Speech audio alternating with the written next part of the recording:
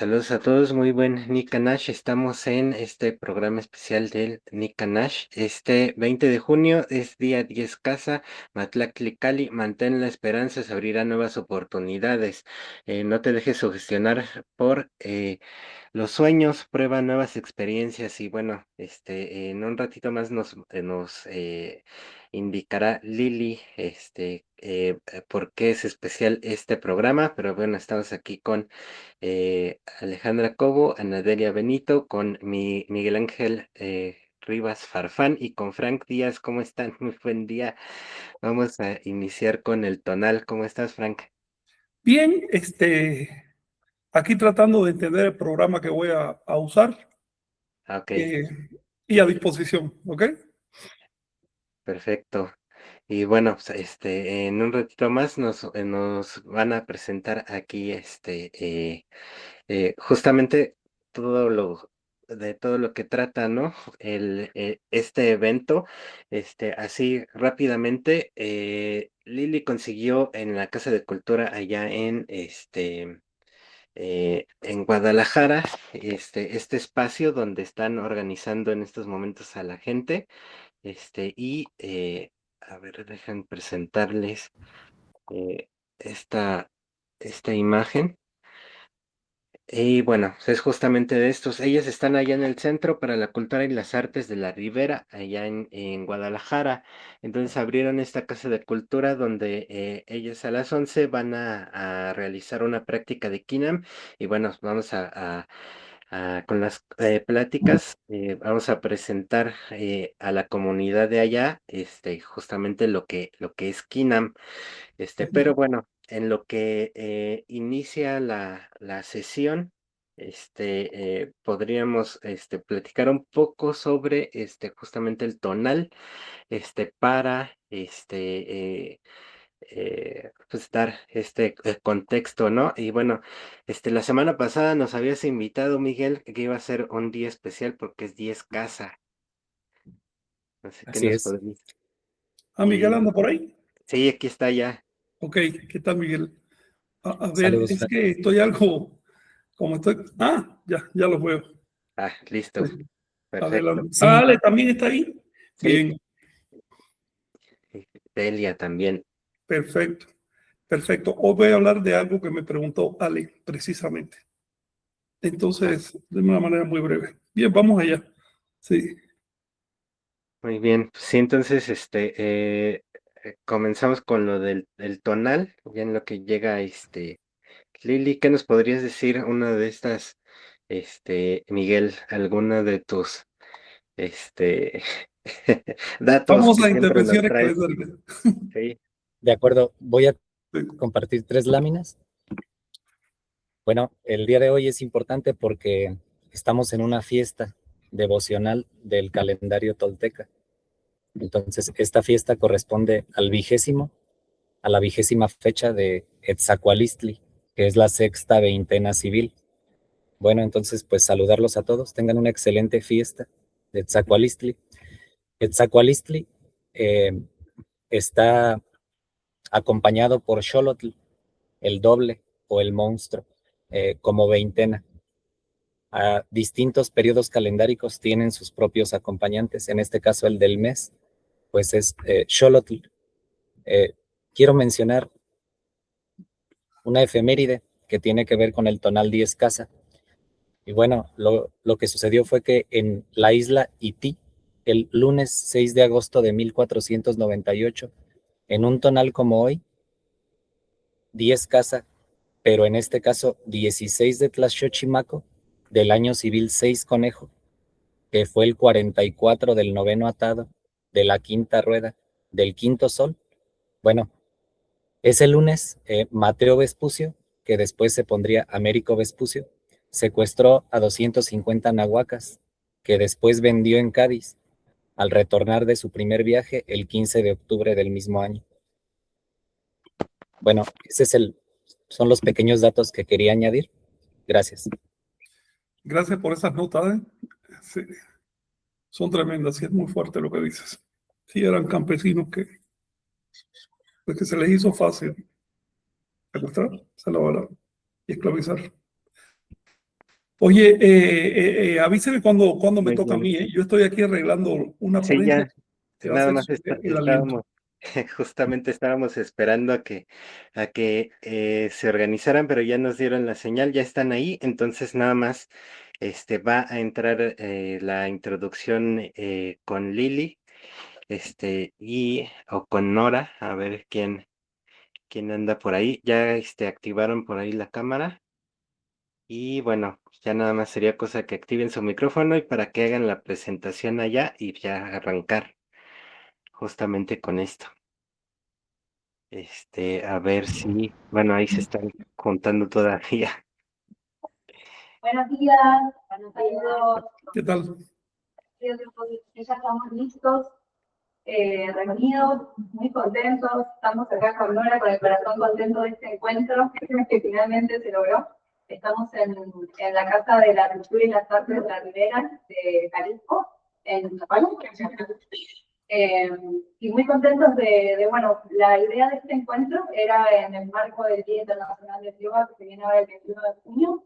Queríamos visibilizar esta práctica, ya que estamos festejando mundialmente, bueno, y en específico hoy aquí, una práctica que surgió en la antigua India y nos preguntábamos por qué no también poner en vista prácticas que surgen de esta región, de este continente. Entonces, como aquí nosotros ya venimos mostrando estas prácticas y juntándonos en encuentros, talleres, se nos ocurrió hacer este encuentro para que más personas puedan conocer sobre ella y puedan saber que hay un método detrás que se desarrolló, que hay muchos años de estudio, que hay mucha gente que también está brindando clases, que está poniendo ahí todo su esfuerzo, su trabajo y su corazón, y lo queríamos visibilizar y queríamos que acá todos podamos llevar entonces un poco de contexto, porque luego vamos a iniciar la práctica psicofísica.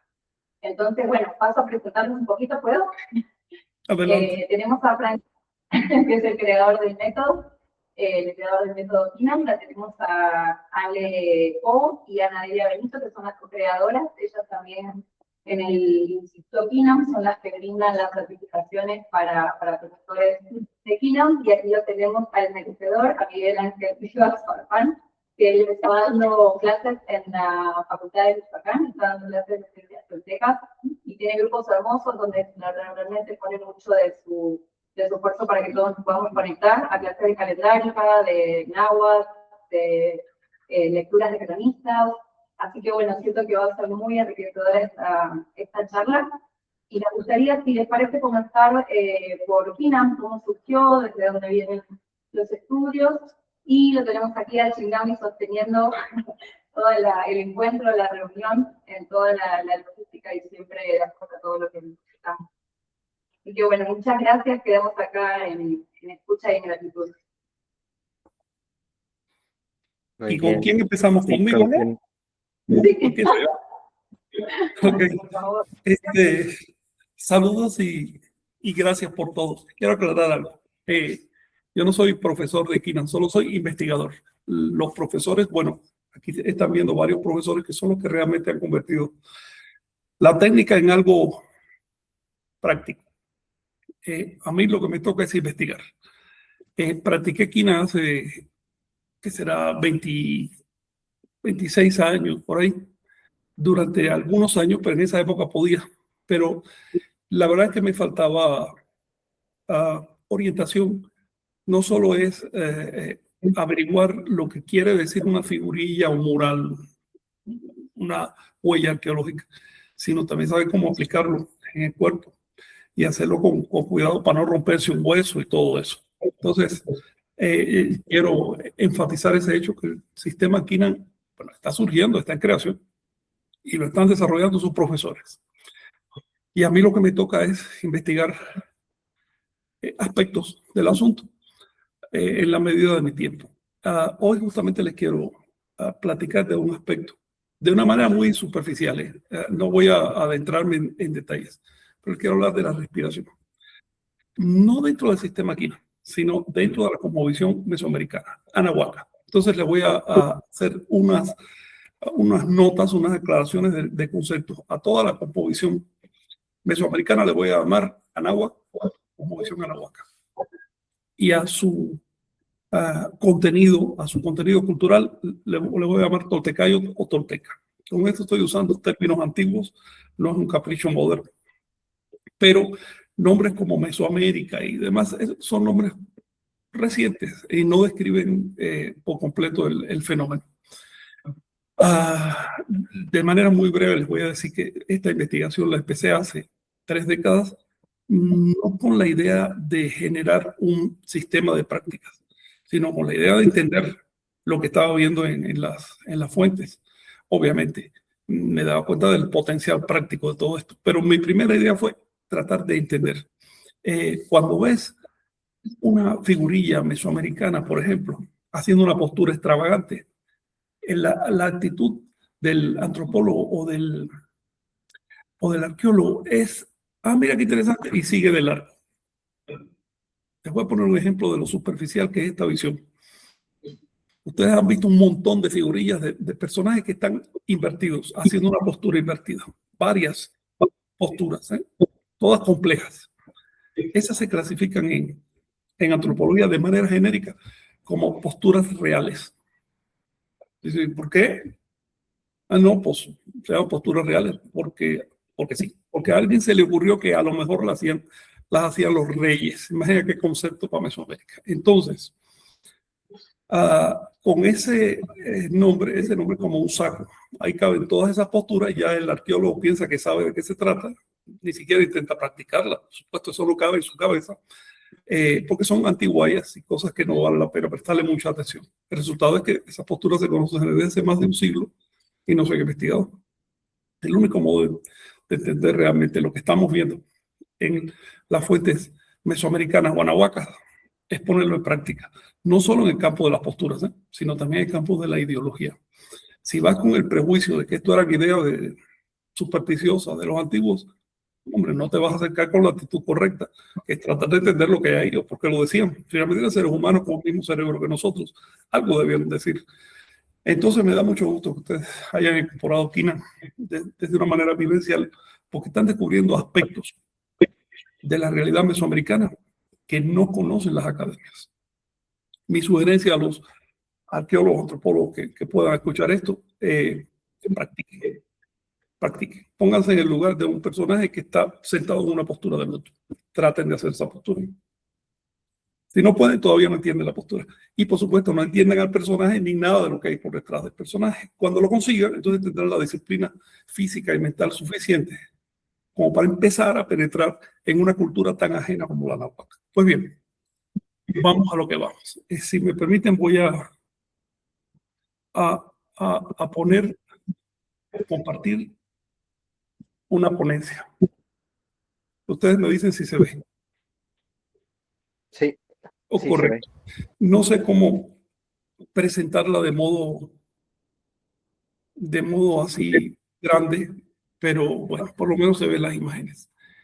El tema, como les digo, es solo un leve barniz sobre uno de los aspectos de aquella composición que se ha tratado poco. De hecho, desde el punto de vista académico no se ha tratado, no se ha investigado, que es sus constantes referencias al aliento. El aliento se dice náhuatl, ejecatl. Iyotl es la función ventilatoria, pero como deidad ejecatl. Ecatl es propiamente el aire, pero cuando reduplica dice ejecatl es o el viento que sopla o una función de respirar. En maya se dice ik, que también significa energía vital, vida, vitalidad. Eso es el aliento. Por lo tanto, no se trata solo de ventilar, sino que el aliento es una imagen, un emblema de un montón de funciones vitales, de cómo se mueve la energía vital por el organismo. Cuando digo energía vital no me refiero a un fluido mágico ni nada, me refiero únicamente a el producto de la conversión de la energía química, ¿ok? Por el metabolismo. Ya una vez que te metes la química a través de la comida y la convierte, eso ya es energía vital, porque tiene una función específica. Ejecatl es en el panteón el hijo de Mictlantecutli. Mictlantecutli y Mictecacihuatl, obviamente, es una pareja simbólica, ¿ok? Son la personificación de la muerte. Mictecacihuatl quiere decir la señora de los difuntos. Mictlantecutli significa simplemente el señor del lugar de la muerte. Ambos tienen un hijo que se llama aliento o vida. Para entender a Hécate, entonces tenemos que ver a sus padres. Y para entender la muerte en la cosmovisión anáhuaca, tenemos que ver a su hijo, que es la vida. Este conjunto, esta trinidad, ambos padres y el hijo, representan la resurrección, el concepto de resurrección. Es decir, la muerte permite nutrir la vida. Y por supuesto, todo lo que vive se muere y sigue nutriendo la vida. Es un ciclo. Luego es una visión bastante diferente de la que tenemos hoy. Una visión que tenía en cuenta el movimiento. No eran fotos estáticas de la realidad natural, sino ver el enlace de las cosas. Luego, las prácticas destilatorias que puedan derivarse de esta cosmovisión deben buscar algo muy específico, que es el aumento del tono vital, de la energía vital. No solo respirar mejor, sino tener más energía para algo. ¿Ves? Esa energía ya después se va a invertir en prácticas nahuálicas. Aquí les estoy mostrando una imagen de un vaso maya donde, bueno, a mí me parece que está señalando muy claramente al aliento, no a la nariz. Y esta cita de un códice náhuatl lo dice con más claridad, dice que el aliento manipulado, es la traducción de la palabra Ihimati, se hace hermoso, se honra, se eleva, se hace elegante, se dignifica y calma. Observen cuántos calificativos para la función del aliento. Sigo con las imágenes porque son unas cuantas y se las quiero pasar muy rápidamente. En términos Ihimati, bueno, Iyot, la respiración, o Iji, y Mati, que es atender o controlar. También son funciones mentales. El diccionario de Molina de 71, bueno, el primer diccionario de la lengua, traduce Ijimate como pulirse. Esa palabra en aquella época significaba cultivarse internamente. El término igiotía, que es un verbo, tiene dos acepciones pertinentes aquí, que son la manipulación de la respiración y acrecentar el resplandor. El resplandor posible, decía Teleyot. Hay una historia, una anécdota que creo que no le puse aquí, que es sobre cómo Motecuzoma, el último gobernante anáhuaca, se retiraba varios días al año a un templo y allí hacía unas prácticas donde se llenaba de Teleyot. Entonces, bueno, empatando todo esto nos damos cuenta que había toda una técnica que involucraba la respiración, no solo eso. Seguimos. Digamos que hemos escuchado, claro, tantas veces estado significa fluido. Del verbo, se forma del verbo tlaloa, que es fluir. Y es la personificación metafórica de lo que fluye, incluso el aliento. Por eso tlaloa aparece tantas veces en el panteón mesoamericano por todos lados, porque es el emblema de la vida. También por eso se le llama el dios de la lluvia, porque la lluvia permite la vida. Aunque quiero decirles que no lo adoraban como dios de la lluvia, ni mucho menos, sino simplemente como un símbolo filosófico de todo lo que vive, de las generaciones, de todo. Su rostro está compuesto por nubes, entonces por eso se asocia con la lluvia. Aquí les traigo otra imagen. Va a aparecer mucho en Mesoamérica estas figurillas que tienen un pico de pato. Ese pico representa el silbido del aliento. Así que cuando ven estas imágenes, no piensen que se trata de una persona que se está convirtiendo en animal o algo así. Es simplemente una metáfora visual. Pico, silbido, aliento. Por lo tanto, es una entidad que tiene algo que ver con el aliento. Aquí ven a la derecha al dios Hécatl, al hijo de Metlantecutli, justamente patrocinando el segundo día del calendario que se llama Hécatl o aliento. Y encima ven a la serpiente emplumada atravesada por una flecha de la que brota sangre, ¿no? Todo este simbolismo implica que el aliento es la conexión entre lo divino y lo humano, o entre el mundo arquetípico y el mundo de los seres vivos. El aliento es la conexión, es lo que nos mantiene alentando. De hecho, les voy a decir algo sobre creencias anáhuacas. Nosotros alentamos desde el primer momento, no desde el momento que nacemos. Cuando estamos en formación en el vientre, nuestros padres nuestra madre está alentando por nosotros. Así que sigue esa función. Y si vamos para atrás, llegamos al origen del universo y siempre había alguien alentando.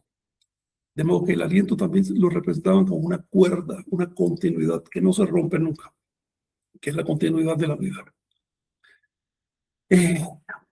como les digo, el pico del ave representa la transmisión del aliento.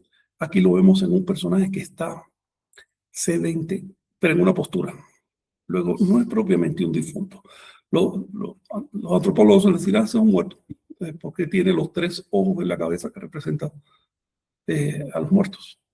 Pero no, este es un personaje que está en otro estado de conciencia. Se nota que no es un difunto porque tiene una postura muy intencional y está recibiendo de un ave serpiente. Observe la serpiente en el cuello del ave, es decir, de un quetzalcóatl. Está recibiendo la transmisión del aliento a través de un signo. Esto que ven acá, esta esfera con vírgulas, quiere decir lo precioso, preciosidad. Es un glifo maya. Lo cual también nos introduce en uno de los usos de la respiración, uno de los usos rituales y teológicos. En esta imagen en concreto quiere decir el que resucita, no porque se levanta de una tumba, sino que resucita espiritualmente. Seguimos viendo a la deidad Heka en diversas circunstancias. Quiero decirles que el aliento también se representaba como una serpiente. ¿Okay?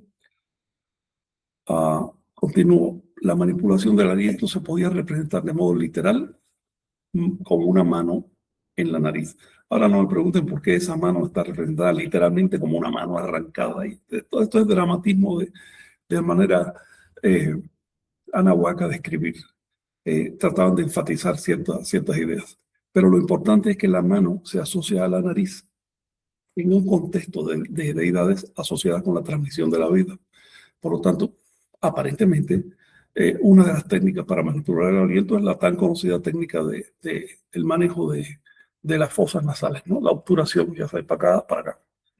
Esto está asociado en este caso con Tezcatlipoca y con ambas escenas, Tezcatlipoca y el sol como productor de tona o de vitalidad.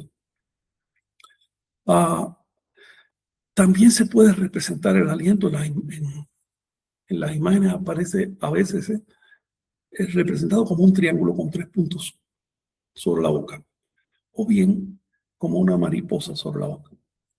El triángulo con 3 puntos es específicamente el emblema de Ometeo, que quiere decir el constructor, el creador del universo.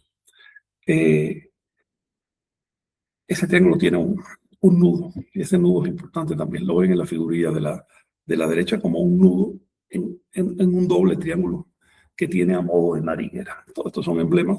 Se los estoy poniendo para que vean la atención que le daban al acto de alentar. Otra manera de aludir al aliento es en estos relieves que representan al sol. Cuando ven estos relieves con estas caras tan cuadradas, lo cuadrado por sí mismo se lee en el arte tona, que quiere decir resplandor o calor. Y esos ojos cuadrados son los ojos de los tonales, es decir, de los rayos del sol. Y el sol en estos casos aparece con 2 borlas de algodón que obturan la nariz. Ahora los practicantes sabrán qué significa esto. Otra manera de representar el aliento es mediante un caracol. Es una manera muy obvia. Se ve en estas figurillas, por ejemplo, como el caracol se asocia además a una postura. Es una postura muy difícil. En ambos casos tiene un loto perfecto. Estos 2 personajes. No es que sean caracoleros haciendo el loto. Es que son practicantes con la postura icónica de las prácticas, que era el loto, alentando. Otra manera de representar el aliento es como el corte de caracol, que lo ven a la derecha. Estas 2 imágenes son causa y efecto. En la de la izquierda vemos un individuo dentro de una cuerda. Esa cuerda representa las penitencias o las prácticas de los faquires y eso. Está haciendo determinadas prácticas y no se fijen mucho en esas porque son metafóricas. Y ya en la otra vemos el resultado de la práctica, y es que él tiene una vasija en el hombro. La vasija representa la acumulación de la fuerza. Esa vasija se llama Kaushikali o vaso del águila, que quiere decir vaso de la fuerza. Y su respiración ya calmada y elegante, noble. Seguimos. El aliento también, el aliento indisciplinado, es descrito en un canto, en un conjuro náhuatl, como la fuente de las distracciones sensoriales y mentales, obviamente. Por lo tanto, yo deduzco que una práctica para controlar la mente calmar el cuerpo y demás, era manipular el aliento. Dice directamente ese conjuro: vienen mis hermanas, que son los sentidos, viene mi condición humana, y una de ellas trae un remillete de plumas floridas, que es su respiración. El sacudidor de algodón con que me distrae, la cuerda con que me ata. Entonces, sigo enfatizando que se trata del énfasis que hacía la cultura sobre el tema de respirar, pero aquí ven algo más. Ven a un individuo, un conjuro completo dedicado al acto de meditar, siendo reticente sobre ese tema de la respiración. El aliento era entendido como una función polar, no solo porque tenemos una simetría bilateral que digamos, induce en nosotros vectores. La energía se mueve con ciertos vectores. Hay un lado frío, un lado caliente y demás. Esto es experimental, esto no es especulativo. Sino también porque el aliento tiene otra función polar, que es para afuera y para adentro. Otra más, que es retención en vacío, retención en pleno, etc., ¿no? El aliento es muy polar. Entonces eso se representaba como una serpiente con dos cabezas. Quiero decir que este símbolo tiene muchos otros significados, ¿no? Aquí vemos esto se lo dije desde el principio, vemos a Hécata a la derecha, compartiendo la columna vertebral con su padre Mictlantecutli a la izquierda.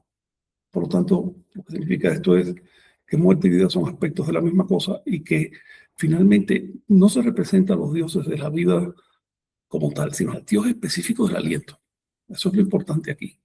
Es decir, el producto, que es la resurrección espiritual, tiene que ver con el aliento. Yo no quiero meterme más en esto. Esto les toca a ustedes descubrirlo. Aquí ven el aliento como una serpiente de dos cabezas en la nariz de Quetzalcóatl. Esto es una estatua de Quetzalcóatl, del hombre, del ser humano. Este es Seacatl con un penacho.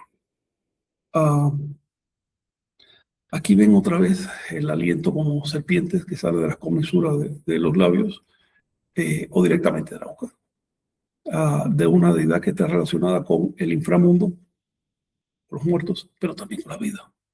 De ahí la mezcla de colores del amarillo y el rojo. Seguimos. Ok. En Tlaloc, por ejemplo, y en otras divinidades, las estatuas muestran que esa serpiente de pronto se convierte en colmillos. Se los pongo para que presten atención a estos detalles. Por ejemplo, lo vemos muy claro en la máscara de la derecha, donde hay una boca como de ocelote, pero tiene colmillos de serpiente venenosa. Es decir, los colmillos también aluden a la serpiente, y por lo tanto aluden al mismo concepto de la serpiente como el aliento. Acá vemos otras dos representaciones del aliento. Una es como la luna, porque la luna es el astro de la polaridad y el astro de los ciclos también. Entonces supongo yo que es por eso, ¿no? Y en el otro lado una mariposa, porque la mariposa es el animal que representa la metamorfosis, la evolución de las cosas. Entonces va a aparecer la mariposa solar en la nariz de las estatuas con mucha frecuencia. Seguimos. Aquí les pongo un par de esculturas que muestran a la manera nahuaca, es decir, ya que no podían mover literalmente las cosas a la vista, pues por lo menos las ponían en posiciones icónicas que representan movimientos. En un lado vemos una persona que está moviendo la cabeza a los dos lados. Ese movimiento se llama Awik y es algo recogido en la lengua. Y en el otro lado vemos el famoso chambol. Ustedes se dan cuenta que tiene un movimiento no solo de cabeza, sino también de piernas. Estos movimientos polares del cuerpo, especulo yo, y además la fuente lo insinúa, están relacionados con el control del aliento. Por último, les quiero mostrar algunos principios, y la verdad es que, pues, a ver si puedo leerlos. Estos principios son cosas elementales. Ustedes saben más que yo de esto, pero elementales. La inhalación, la retención en pleno, la exhalación y la retención en vacío. Las polaridades, bueno, cuando aspiramos, eso es, cuando aspiramos por la ventana derecha, es polaridad caliente. Lo sabemos es fácil de hacer ese experimento. Si te puedes acostar sobre el lado izquierdo, lo cual te va a abrir la ventana derecha, quédate 20 minutos ahí y observa cómo se pone el cuerpo, empieza a activarse metabolismo y demás. Por el contrario, por el lado izquierdo, todo se calma, entonces es fría y es tibia cuando respiramos de forma alterna. Los órganos involucrados son la nariz y la boca. La respiración nasal es caliente, la respiración bucal es fría. También es muy fácil de verificar este asunto. Pueden, no sé, durante 1 minuto o 2, respirar con la boca entreabierta, de modo que el aire pase por la lengua. Obviamente va a haber un proceso de enfriamiento. Y el impacto mecánico. Bueno, si nos contraemos o torcemos, lo apropiado, por supuesto, es exhalar. La pose resultante de la contracción se sostiene con retención en vacío. Es decir, tú te contraes y si no vas a hacer otro movimiento, si te mantienes ahí, retención en vacío, sin exagerar. Si nos expandimos o nos proyectamos, entonces lo apropiado es inhalar y sostenemos la pose resultante de la expansión mediante retención en pleno. Nunca retención en pleno contraído y tampoco retención en vacío si está expandido. Esto es algo bastante elemental, ¿no? Es lo que les quería decir. Si tienen alguna cuestión.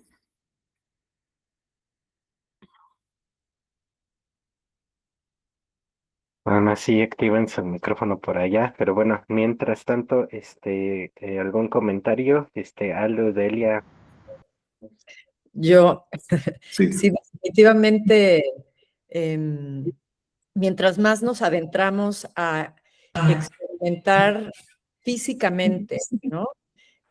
La respiración y sobre todo con estas características que tú nos ofreces, Frank, que me parecen muy acertadas, es posible tener la experiencia propia en el cuerpo de poder sentir cuando estás rotando la cabeza hacia un lado y respirar solo por una fosa nasal, cómo se puede enfriar el cuerpo.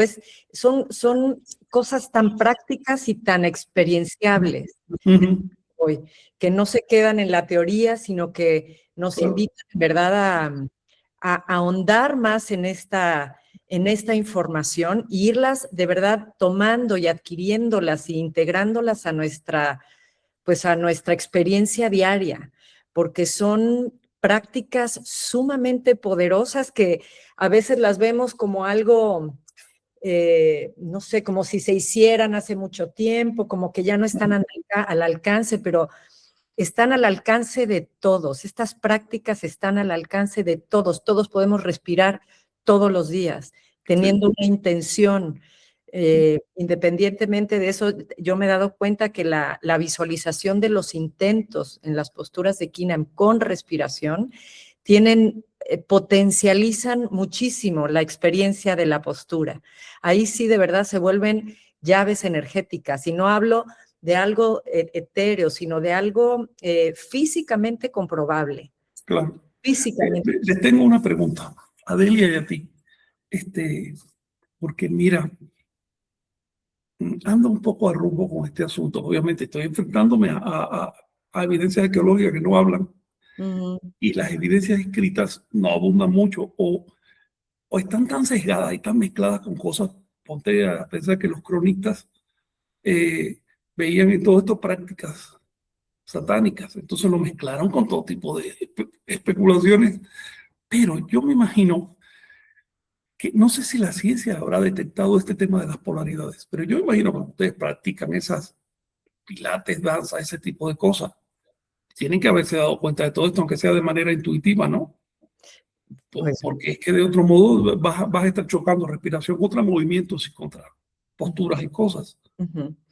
Sí, y eso también te lo puede, ¿no? Lo puede hablar también Delia, porque en el movimiento siempre existen respiraciones que quizás no las pones como polares, pero que intuitivamente se activan, en donde en el momento de hacerlas hay funciones específicas, cuando respiras por la nariz, cuando respiras por la boca, cuando inhalas por nariz y exhalas por la boca, se activan ciertas partes del cuerpo. Por ejemplo, para activar el centro de poder, el diafragma, el suelo pélvico, Delia lo sabe. Si tú exhalas por la boca, hay una activación mucho más profunda de todas esas, pues sí, de toda la musculatura más sutil, profunda. ¿Por qué? Porque hay una relación entre la garganta y el suelo pélvico. Entonces eso ahí se activa muchísimo más a que si estás respirando solo por la nariz, se queda se queda, no llega a esa profundidad. Eso es algo que yo he aprendido. Y, ¿no? y a ver, pregunta específica, porque eso me va a ayudar a orientarme después de lo que veo. Supongo que también el tema de retención en vacío o en pleno, que son tan diferentes, tenga mucho que ver con cómo mueves la postura y sobre todo cómo la fijas. Y depende en qué, justamente, en qué postura vas a hacer la retención en pleno y la retención en vacío. A ver, les pongo una pregunta. Piensen en estas caras del sol que aparecen con tanta frecuencia y que tienen las fosas nasales obturadas con algodones. ¿Cómo qué sería? ¿Cuál sería intuitivamente? Esa es la pregunta. Para mí es saturación, es inhalar y saturar y justamente es como llenar, ¿no? Yo Llenar. supongo que es una forma de representar la retención. Sí, es una forma. Prácticamente, de otro modo, bueno, ponte algo aquí, o una pinza. También aparecen con frecuencia pinzas en la nariz. Pero están asociadas a imágenes solares, nunca lunares. Entonces, en cambio, las imágenes lunares están asociadas a cosas que me dan la impresión de vacío. Sí, sí, sí, sí. A mí ese es el sentido que me da, ¿no? Porque cuando uno trabaja, y lo hacemos también, Delia, ¿no? En la práctica, cuando uno satura el tonal, ¿no? Inhalas y saturas los vehículos, si hay energéticamente se siente, es como una proyección de la energía, del calor del cuerpo que está empujando, como un sol. Sí, claro, se llena uno la sangre de vitalidad, ¿no? Exactamente. La vacía. La llenas de oxígeno y está, ¿no? Y como estás en pleno, entonces todavía hay una fuerza cardíaca ahí que está empujando, ¿no? El corazón late cada vez, ¿no? Con más fuerza porque no hay oxígeno fluyendo, sino está sosteniendo. Entonces, sí, algo específico de acá, porque mira, si nos vamos, por ejemplo, a la India o a China, vamos a encontrar un gran desarrollo de todas estas cosas. Yo me imagino que en Mesoamérica era igual, por lo menos. Teniendo en cuenta, bueno, ni siquiera en la India vas a encontrar un dios que se llame específicamente aliento, ¿no? Es decir, siento que había muchísima información al respecto y que queda mucha, lo que pasa es que hay que decodificarla. Pero también se ha perdido mucho y por eso tenemos que suplir cosas específicas de Nahua. Una de ellas, que no la he encontrado en la India, por ejemplo, es el uso del movimiento alterno de cuello, que al principio parece nada, pero si lo haces con toda calma, después de un rato sí empiezas a notar. Y el hecho de que tuviera nombre propio eso, y que aparezca de hecho como práctica chamánica para recordar. Sí, en la recapitulación, en la respiración de la barredera. Y también no solamente la rotación de la cabeza, sino acompañar con los ojos cerrados, pero acompañar con movimientos oculares. Eso es algo que incluso el otro día lo platicaba con Lili, ¿no? Es decir, forzar la intención. Y claro. el forzar la intención con los ojos Hombre, te da más movimiento todavía. Claro. El cuerpo vaya todavía más con el simple hecho de movilizar los ojos hacia ese lugar. En otras palabras, si encuentro estatuas que aparecen con frecuencia que tienen los ojos así o así, esto probablemente es una alusión a este tipo de movimiento. Puede ser, puede ser. Sí. Puede ser. Esos son un emblema tezcatlipocanos. Las estatuas de Tezcatlipoca no están así de frente, están opacadas o cruzadas o algo así. Sí, Lili quiere decir algo. Sí, adelante. Sí, perdón, justo ahí, ¿se escucha bien? ¿Nos escucha bien? Perfecto. Justo Ale, con lo que comentabas de los ojos, es algo que solemos poner mucho en las prácticas. También tiene que ver el impacto que tiene el movimiento de los ojos con los nervios oculares, cómo impacta en el sistema nervioso. Cómo nos llevar al sistema parasimpático y activar los estados de relajación profunda. Entonces, cuando utilizamos esos movimientos de los ojos dentro de las prácticas, sumado a los movimientos de respiración, las posturas, realmente crea un impacto muy profundo donde la persona llega a un estado de concentración, de foco, de introspección. Entonces creo que sí es bien interesante agregarlo. Y en relación a lo que decían de la retención, también se me hace interesante porque cuando estamos reteniendo, ahora que lo decís, Frank, de que se asocia a imágenes solares, cuando se retiene, la mente se activa, se pone en estado de alerta, y uno se despierta. Entonces, esa actividad solar, esa actividad energética. Entonces ahí vamos viendo que todo tiene relación, nada es porque sí, y eso es lo que más también nos llama la atención de estas posturas, de esta práctica. Ok, Así lo bueno de todo esto es que estamos mezclando la emoción de Indiana Jones con algo muy práctico que puede servir para mejorar la vida, ¿no? Sí. Acá. Sí. Hola a todos otra vez. Nos gustaría saber cómo se llegó al nombre de Quina, porque sabemos que Sí. en su origen es Moyectiría, y nos gustaría conocer cómo llegaron de esta palabra y su significado de Moyectiría a Quina. Mira, la palabra quina, bueno, la primera vez que empecé a usarla fue en el año 2000, porque ya para entonces se había conformado, tenía yo unos alumnos de arte plástica prehispánica y ya se había conformado un grupo de práctica todavía muy primitivo, pero ya era necesario encontrar una palabra. Para esto yo conocía el término moyetilia de una investigación que hice en un pueblo donde todavía se recordaba. Por lo menos en el siglo pasado se recordaba ese nombre. Después lo busqué en las fuentes y encontré 4 apariciones referidas a las prácticas. Moyectilia quiere decir mo, yectilia es sufijo verbal, mo es a nosotros mismos, nos o se. Yecti quiere decir correcto, es decir, el hacer correcto. Y cuando le pregunté a un informante mío, me dijo que en realidad era un conjunto de cosas que ellos hacían cuando niños y que se los enseñaban de manera estereotípica, los padres. Le decían, tienes que hacerlo así. Si vas a tomar las cosas, hazlo así. Si vas a darlo, hazlo así. Si te vas a levantar, tiene que ser primero este pie y después otro. Había todo un sistema. El sistema no era ritual, el sistema era práctico, porque servía para vivir en una época en que no había ni sillas. Entonces estamos hablando de que este señor me hablaba de principios del siglo XX. Cuando lo encuentro en las fuentes, veo una de las citas, dice claramente que Motecuzoma iba a practicar moyectilia a un templo. Entonces tú te das cuenta que no solo era una cosa física, sino que también había otras dimensiones, pero eso no es un tema de que quiero hablar ahora. Ahora bien, la palabra moyetilia, mis alumnos nunca se acordaban de ella, porque es muy larga y vaya, es difícil de entender en español. Entonces me ocurrió una palabra más sencilla. Existe en los mitos en Nahua una gente que vivieron hace miles de años, mitológicas, pero que realmente existieron. Y estas personas tenían el gentilicio, el apodo de Quinames. Y en antropología siempre te dicen que Quinames significa gigante. Entonces esos eran los gigantes que vivían en el pasado. Pero un día me pongo a investigar y veo que Quinames no significa gigante. Quinames significa equilibrado. Es de una raíz kin, que también aparece en maya, y que quiere decir, se relaciona con el sol. No tanto por el calor, ¿no? Sino porque equilibra, es la balanza del cielo. Por eso es que estas personas al saludar, el saludo en esa época, en el cuarto sol, dicen las fuentes que era que no te caiga sobre la tierra. Es una forma mesoamericana de decir, guarda tu equilibrio. Y entonces me ocurrió, bueno, vamos a ponerle quina, que es el término del cual sale el gentilicio quiname y que quiere decir equilibrado. Y así funcionó.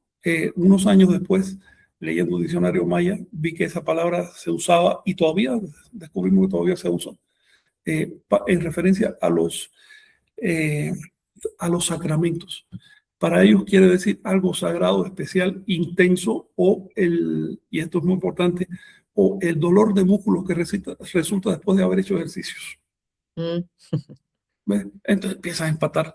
Y me dio mucho gusto que esa palabra sea de origen maya, pero yo la haya encontrado en una fuente en agua, porque nos está diciendo que, a ver, es obvio que tuvo que haber todo tipo de intercambio y términos como esos que son especiales se observan en diferentes pueblos. Ese es el origen del término Kinan, que es de divulgación, así, porque el original, el arqueológico, es moyectilia. ¿Respondí tu pregunta? Gracias. Si hay algo más, porque ya con esto tengo que darle chance a los demás compañeros. ¿Alguien quiere hacer alguna pregunta, Frank, antes de que tienen alguna pregunta sobre la... ¿No? Bueno, entonces podríamos, si quieren, charlar un poquito sobre toltequidad con Miguel. Frank, te agradecemos muchísimo, gracias por... Yo les agradezco a ustedes. Ahora voy a otro asunto. pero me mantendré por acá, digamos, en media hora regreso. Estoy a servicio de ustedes para lo que haga falta, ¿ok? Gracias, Frank. Sí, es muy Adiós importante. y buena suerte en el Ah, evento. Sí. gracias. Nos vemos. Nos vemos, Frank. De acuerdo, compañeros. Gracias por el espacio. Voy a compartir la pantalla. Bueno, primero, notar que...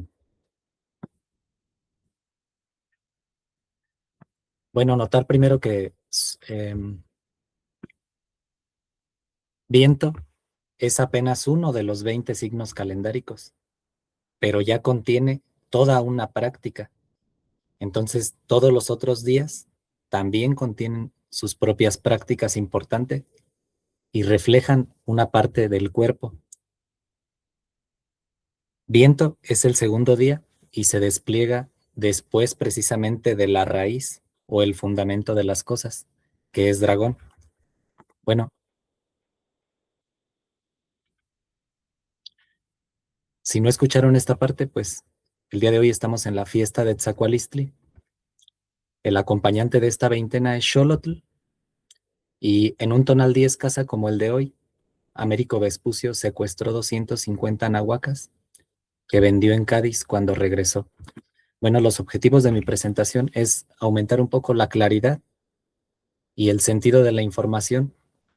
Para mí lo más importante es la función que tiene la información, porque nos apoya precisamente en la creación, que es lo que termina en el servicio.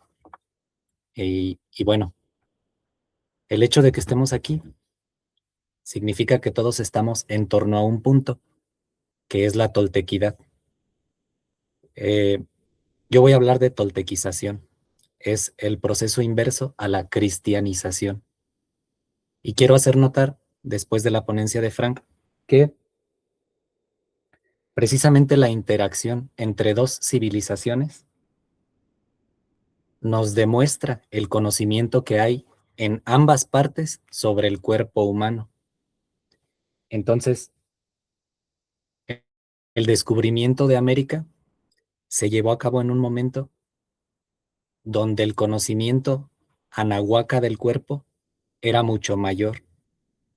Entonces entró en decadencia ese tipo de sabiduría. Ahora que se va a descubrir Anáhuac, debe comenzar la elevación de ese tipo de conocimiento. Sin duda alguna, el Quinam es una parte muy importante y felicito a todos los que hicieron posible este evento, y ya que mañana pues es el Día Internacional del Yoga, y es muy importante también poner en el panorama el Quinam. Una de las prácticas que reviven la función comunitaria también es el calendario. Yo quiero plantear la siguiente idea. Nosotros tenemos de cierta manera la responsabilidad de la línea de profesores que abrirá el primer nuevo sol en 52 años y un poco más. Bueno, entonces el centro de la cuestión desde el calendario es el servicio y adoración de nuestros propios dioses, porque hay una actitud devocional, hay elevación a través del merecimiento, y el conocimiento siempre tiene algo que ver en el día a día. Para poner un marco sobre el cual insertar el tema del calendario,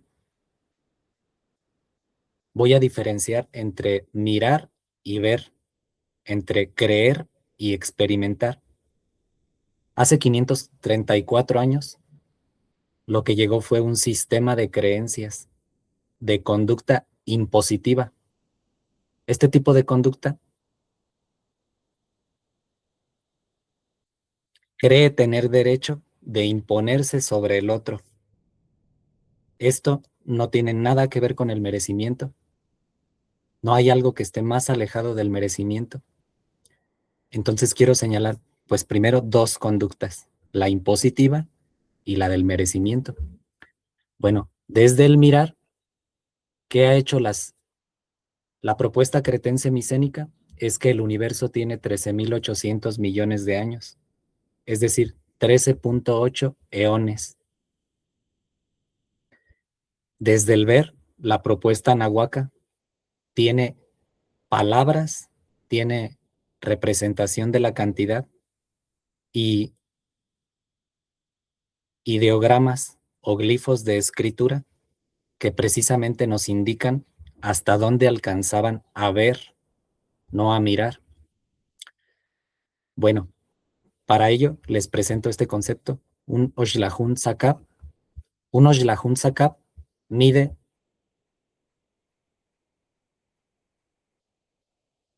esta cantidad, 204.800.000 millones de años. Para que nos demos una idea, si dividimos esta cantidad de tiempo en 26.000 años, en periodos de 26.000 años, que se llaman ruedas de soles, tendríamos solamente en un Oxlahun Sakab más de 7.769 millones con 20.021 ruedas de soles. Entonces, realmente la cantidad de tiempo que reflejaron los anahuacas es exagerada. Bueno, esto nos indica la profundidad histórica de una civilización con respecto a otra. Bueno, entonces nosotros aquí vamos a ir aterrizando de ciclos grandes a ciclos chicos. Vamos a pasar al ciclo de precesión de los equinoccios, como le decimos actualmente, que son 26.000 años civiles. Esos 26.000 años civiles le vamos a decir una serpiente. También le podemos decir una rueda de soles.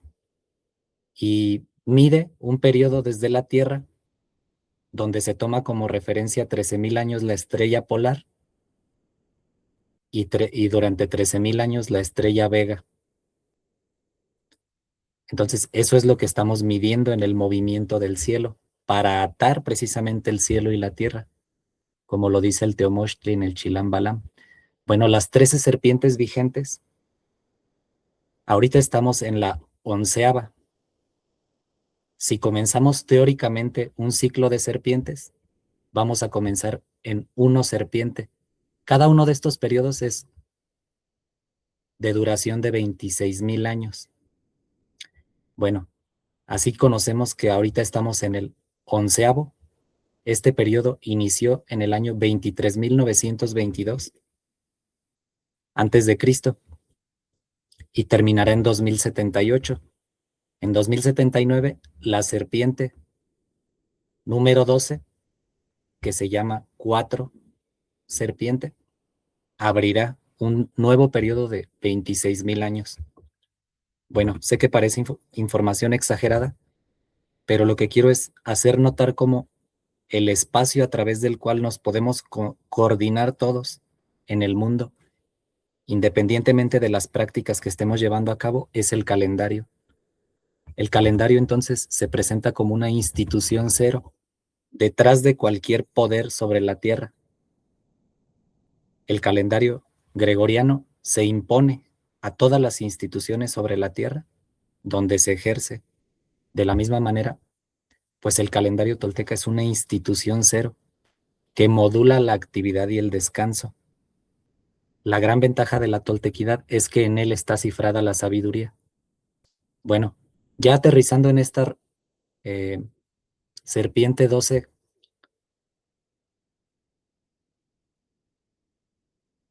se divide ese ciclo en 5 soles. El primer ciclo, el primer sol de 5.200 años se llamó 4 agua y arrancó en 23.922 a.C. El segundo en el 18.722. Su nombre fue 4 celote.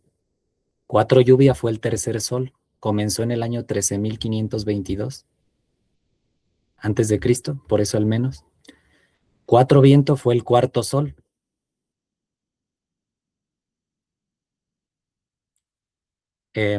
Inició en 8.322.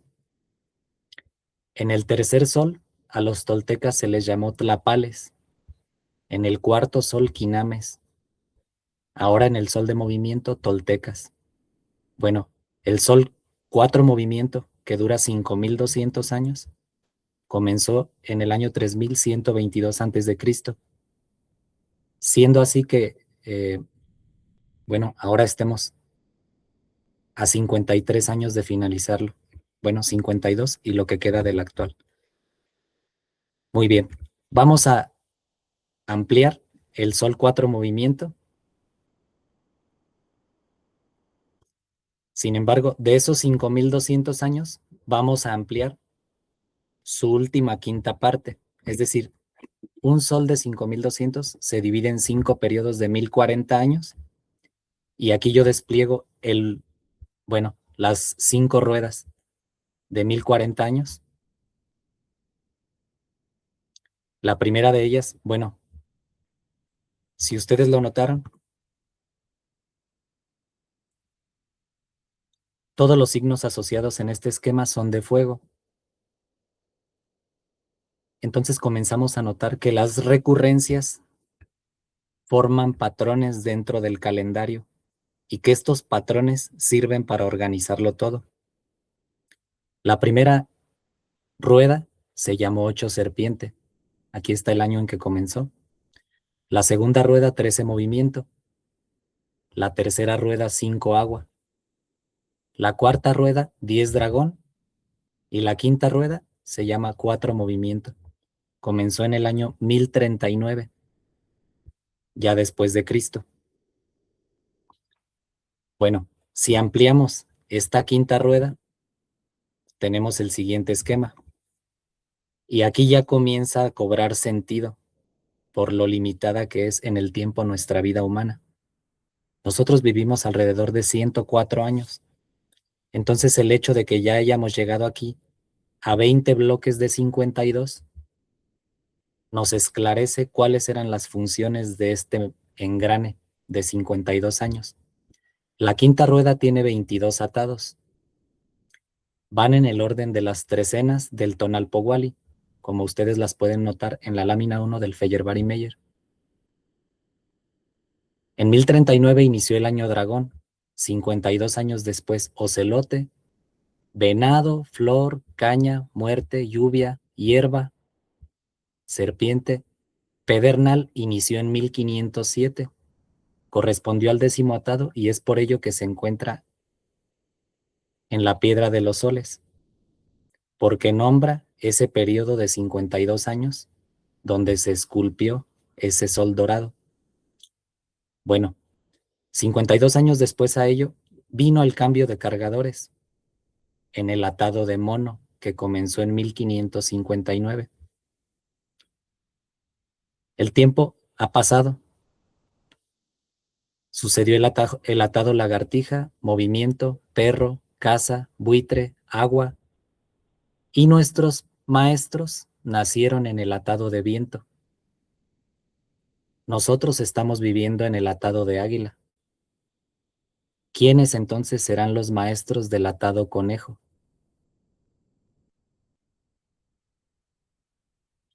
Bueno, el atado de águila, que fue el 19, comenzó en 1975. El año siguiente inicia el 20º atado en conejo de 2027. Bueno, entonces, ¿qué tiene que ver el calendario con nuestra organización comunitaria? Bueno, aquí les presento una lámina del Vaticano A, donde se presenta este concepto. Bueno, lo asocio al concepto de Ometeotl.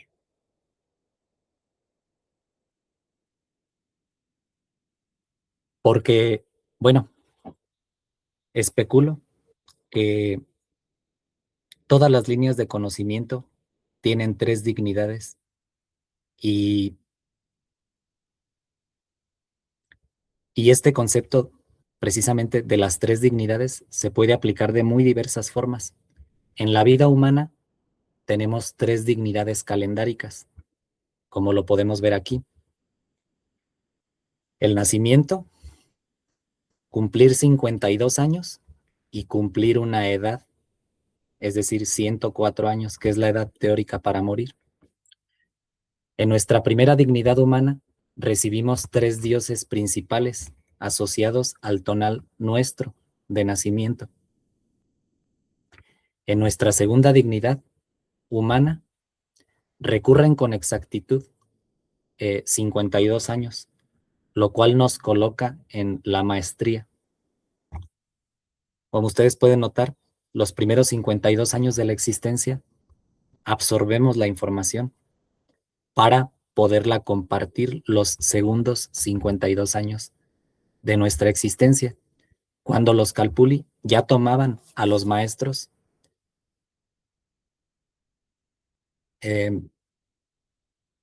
para asignarles una pensión y bueno, que se dedicaran simplemente a la enseñanza en la segunda parte de su existencia. Bueno, en nuestra tercera dignidad humana recurre nuevamente con exactitud, ahora 104 años, y es nuestra edad teórica de muerte. Esto evidencia una cuestión que ya, bueno, que es muy escandalosa y queda reafirmada por una cita donde dice más o menos lo siguiente, que ellos tenían en orden sus cuerpos, no les dolían los huesos, no padecían fiebre, sabían respirar, etc. Bueno, ahora nosotros le decimos una persona de edad a gente a veces de 52 o menos. Ello evidencia el deterioro. Bueno, estas 3 dignidades personales que cada quien lleva, dependiendo de su tonal, y solo se repiten con exactitud cada 52 años, ¿cuáles son en el día de hoy? Bueno, en los días 10 casa, que sean 20º de Tzacualistli, en los años 10 lagartija, de los atados 11 al 20, rigen esos 3 mismos señores. Los 3 dioses acompañantes del día de hoy, primero el señor nocturno, es Mictlantecutli, Mictlanteuquiohua. El acompañante del numeral 10 es Tezcatlipoca. Su ave doble es el búho, o Tecolotl en náhuatl. El acompañante del signo calendárico que el día de hoy es casa es el corazón de la montaña. Aquí está un reducto del libro borbónico, me parece. Bueno, muestro estos signos simples para que se entienda que había escritura, pero que esta escritura también podría desarrollarse de forma excelsa. Aquí está, por ejemplo, este huesito anterior es este mismo. Sí, pero si yo quiero rápidamente escribir qué es Mictlantecutli, solo hago un huesito. Para el búho que mostré, bueno, acá está en todo su esplendor Tezcatlipoca, asociado a los 20 signos calendáricos. Entonces, en la toltequidad, cuando hablamos del calendario, estamos hablando precisamente de Tezcatlipoca. ¿Por qué? Porque como bien lo notan en su traducción, su humo del espejo son los 20 signos de los días. No podemos ver el sueño verdadero directamente, porque nos recuerda el Popol Vuh que fuimos velados de los ojos. Ese velo en nuestros ojos son los tonales. Y entonces los tonales son dioses a través de los cuales podemos ver. Por lo tanto, tienen un servicio para aquel que esté toltequizado y quiera merecer en la tierra que pisamos. Este es Tepeyolotl, el tercero. Entonces, como pueden ver, se pueden hacer dibujos esplendorosos, pero también se puede reducir a escritura mínima. Bueno, entonces, ¿qué es la toltequización? Bueno, amar lo divino, tener paz activa con todo y con todos, y no perder el tiempo ni de día ni de noche. ¿Cómo debemos de abordar esta información? Sabiendo que los 20 signos, los calendáricos, los 20 dioses toltecas, no están fuera de mí. son partes de mí. Y si yo a estas partes las conozco y las reconozco con respeto, voy a poder extender a los demás en mi compartir este servicio que es totalmente inclusivo. Aquí quiero detenerme un poco en 3 palabras. La cultura la tiene cualquier perceptor. Todos los perceptores, sean los que sean, cultivan su medio para elevarse. Entonces, cultura no es civilización. Pero ahí les va. Civilización no es toltequidad. Toltequidad es un modo de ordenar cualquier civilización. Entonces, la toltequidad es una institución de coherencia institucional. Coordina todas las instituciones sobre la tierra para ordenar una civilización. Si lo notan, actualmente no tenemos en el mundo una institución que controle a las demás instituciones, a todas por igual. Carecemos de esa plataforma de orden, porque obviamente el eje del que nos desprendemos desde hace 534 años, tristemente, no es el merecimiento, sino el imperialismo. Es decir, regreso a la conducta de creer tener derecho de imponerse sobre el otro. Bueno, no puedo evitar traer una cita del Coloquio de los 12. Esta es en la página 20 del facsímil está. Es parte del capítulo 7, es el apartado G. Bueno, esta es una revitalización del texto, porque está pues en español del siglo XVII. Dice, conviene, con mucho acuerdo y muy despacio, mirar este negocio, señores nuestros. ¿Quiénes están hablando? Están hablando 4 sacerdotes, frente a 12 frailes cristianos y 4 escribas de la escuela de Tlatelolco. Entonces estas 4 personas fueron llamadas por los gobernantes, que no se atrevieron a contestar sobre los dioses. Y en el capítulo anterior, en el 6, les dicen, espérenme, déjenme traigo a los sacerdotes, y ellos sí tienen la autoridad y la palabra para explicarles. Porque bueno, en este documento se esfuerza el cristianismo por hacer notar pues que solo su Dios es el verdadero y que solo tiene un mando en la tierra, que es el Papa, y un mando secular, que es el Rey. Y entonces, debido a sus creencias, nuestros dioses terminan siendo hijos de Lucifer. Bueno, entonces le responden de esta manera, conviene con mucho acuerdo y muy despacio mirar este negocio, señores nuestros.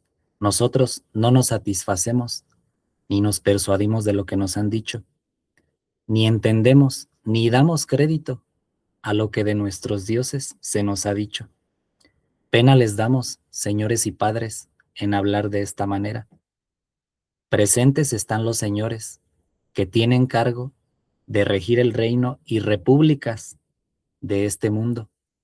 De una manera nos sentimos todos, que basta haber perdido, basta que nos han tomado la potencia y jurisdicción real. En lo que toca a nuestros dioses, antes moriremos que dejar su servicio y adoración. Esta es nuestra determinación. Hagan lo que quieran. Lo dicho basta en respuesta y contradicción de lo que nos han dicho. No tenemos más que decir, señores nuestros. Bueno, aquí termina el material que traje. ¿Hay alguna cuestión?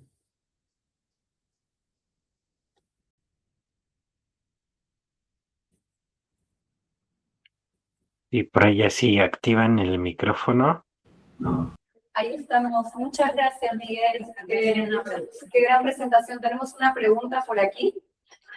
La pregunta es, Claro. ¿a qué te refieres con merecimiento? porque puede tener mucho significado. Sí, me refiero a este proceso. Vamos a ejemplificarlo con el proceso de la siembra. Hay maíz que no es mío, hay maíz que yo no sembré. Entonces, el merecimiento intentaba institucionalizar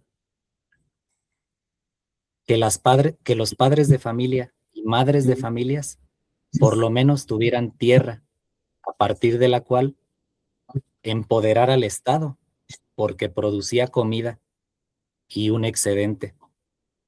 Entonces, a través del sacrificio de su tiempo, la persona se fundamentaba para desarrollar un fruto. Este fruto que desarrollaba con su intento, con su trabajo, lo merecía. De hecho, la gente desprovista de capacidad de trabajo también merecía por consenso las 3 filas alrededor de un campo de sembrado. Se sabía que había personas no en las mismas condiciones y para ellos estaban reservadas estas 3 filas de maíz. Entonces ellos lo merecían por otra cuestión, pero el merecimiento normalmente era un esfuerzo activo de cada persona por tener lo que requería.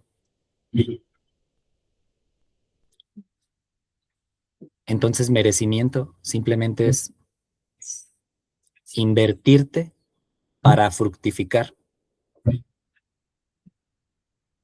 Adelante.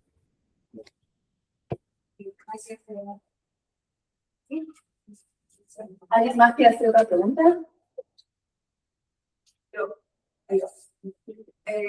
Para servirles. Me gustaría saber todo ese conocimiento, cómo lo puedo mezclar yo a un estilo de vida moderno, en el cual, pues bueno, no siembro mis alimentos, no tengo un pedazo de tierra, vivo en un estilo de vida, pues, de la modernidad, que no, pues no sé cómo relacionarme con esta modernidad.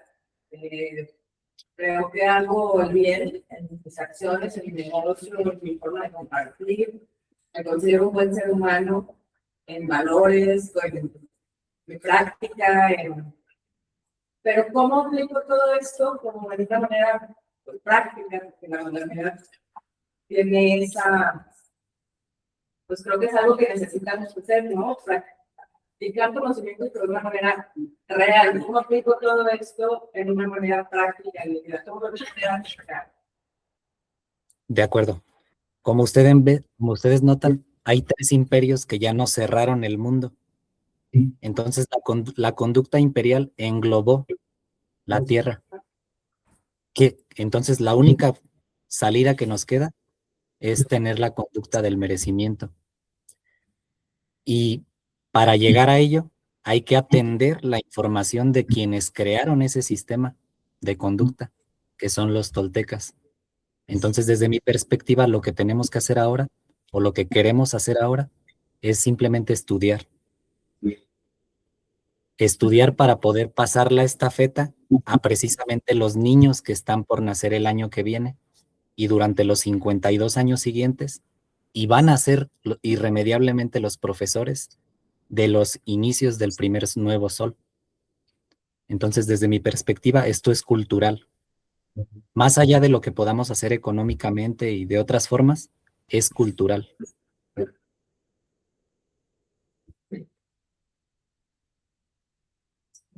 Adelante.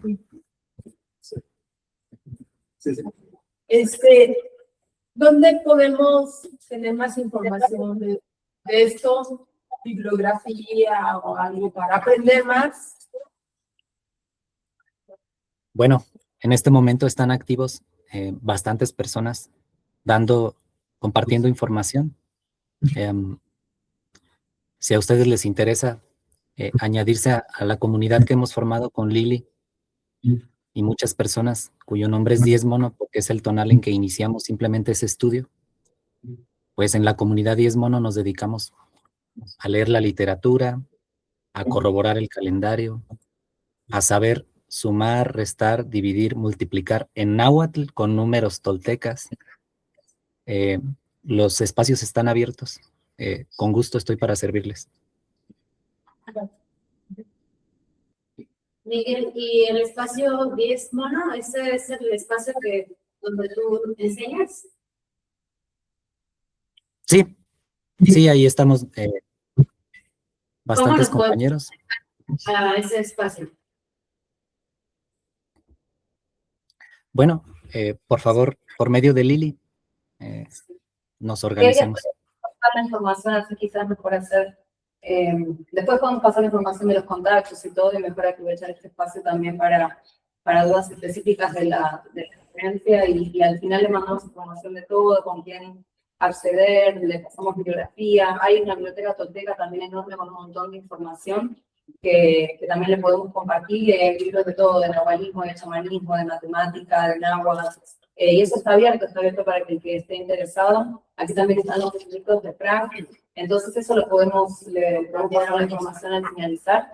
Te quería agradecer mucho, Miguel, por tu ponencia, tu claridad, tu forma de explicar y todo el corazón que le pones a todo lo que brindás.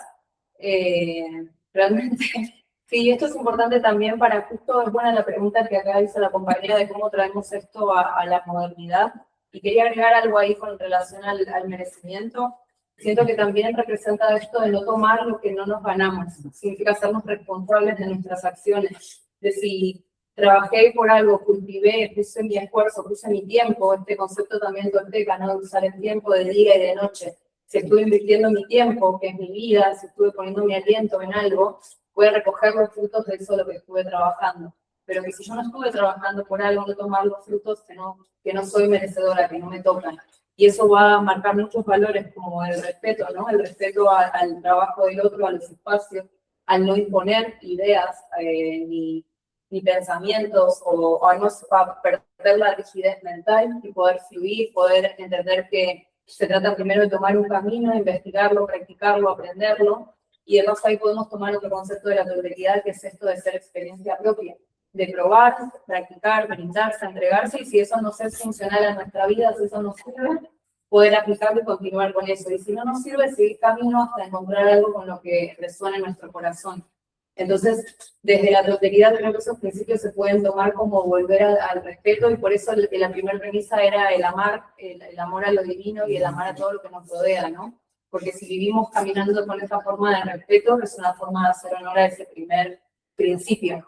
Y desde el Kinam lo podemos llevar a esto, ¿no? Que hablaba Frank al principio, desde soy merecedora cuando tomo conciencia de mi aliento, cuando puedo observar mi respiración y me doy cuenta que estoy viva, qué hago con mi vida, en qué uso mi tiempo, en qué pongo mi energía, mi aliento.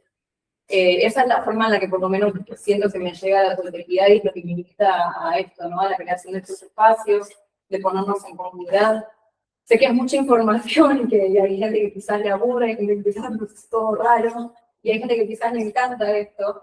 A nosotros nos apasiona y por eso lo ponemos este espacio. Pero sepan que después de esta ponencia va a haber un espacio donde lo podamos bajar a la práctica también a través de nuestro cuerpo, y que lo podamos experimentar. Y esto que estamos viviendo desde la mente va a aterrizar y va a pasar también por nuestros otros cuerpos. Así que, sí, hay otra pregunta y le pasamos ahí a las maestras. Una pregunta acerca de la intención. ¿A qué se refiere con la intención? Bueno, hay un intento que nos convoca, y es un intento que han habitado todas las personas que han cargado la toltequidad. Es decir, bueno, en náhuatl hay una palabra, sencagua, tendencia a la unidad. Es decir, el ser humano que tiene aquí millones de años ha estado expuesto a una polaridad durante siempre, el día y la noche. El día y la noche, como aspectos de una dualidad, superaron psicológicamente, físicamente, al ser humano cuando no había civilización. Es decir, la vida se forjó por días y noches. Esa polaridad se quedó tan marcada dentro de nosotros que se tuvo que hacer una propuesta para trascenderla, para trascender la total oscuridad pero también la total luminosidad, que se parecen mucho si lo piensan. Hay días tan luminosos que no nos dejan ver nada, y hay oscuridades tan totales donde comenzamos a ver. Me imagino que esto desde la práctica me lo entienden a la perfección. Entonces, no se trata de ser luz o ser oscuridad, de ser victorioso o ser derrotado, como dijo don Juana Castañeda. Eso es lo mismo y es una pérdida de tiempo. Se trata del centro, del poder, del equilibrio. Bueno, les agradezco este espacio porque pienso que la interacción es fundamental para devolverle la vida a la función. Precisamente por eso, adelante. Sí, muchas gracias, Miguel, por la ponencia, por las reflexiones. Yo quisiera nada más resonar también un poco con lo que se está comentando de cómo se puede llevar a la práctica en esta época, porque creo que a veces cuando leemos pues, cualquier referencia que tenga más de 100 años, parece que estamos leyendo historias y que se limita a esa materia, ¿no?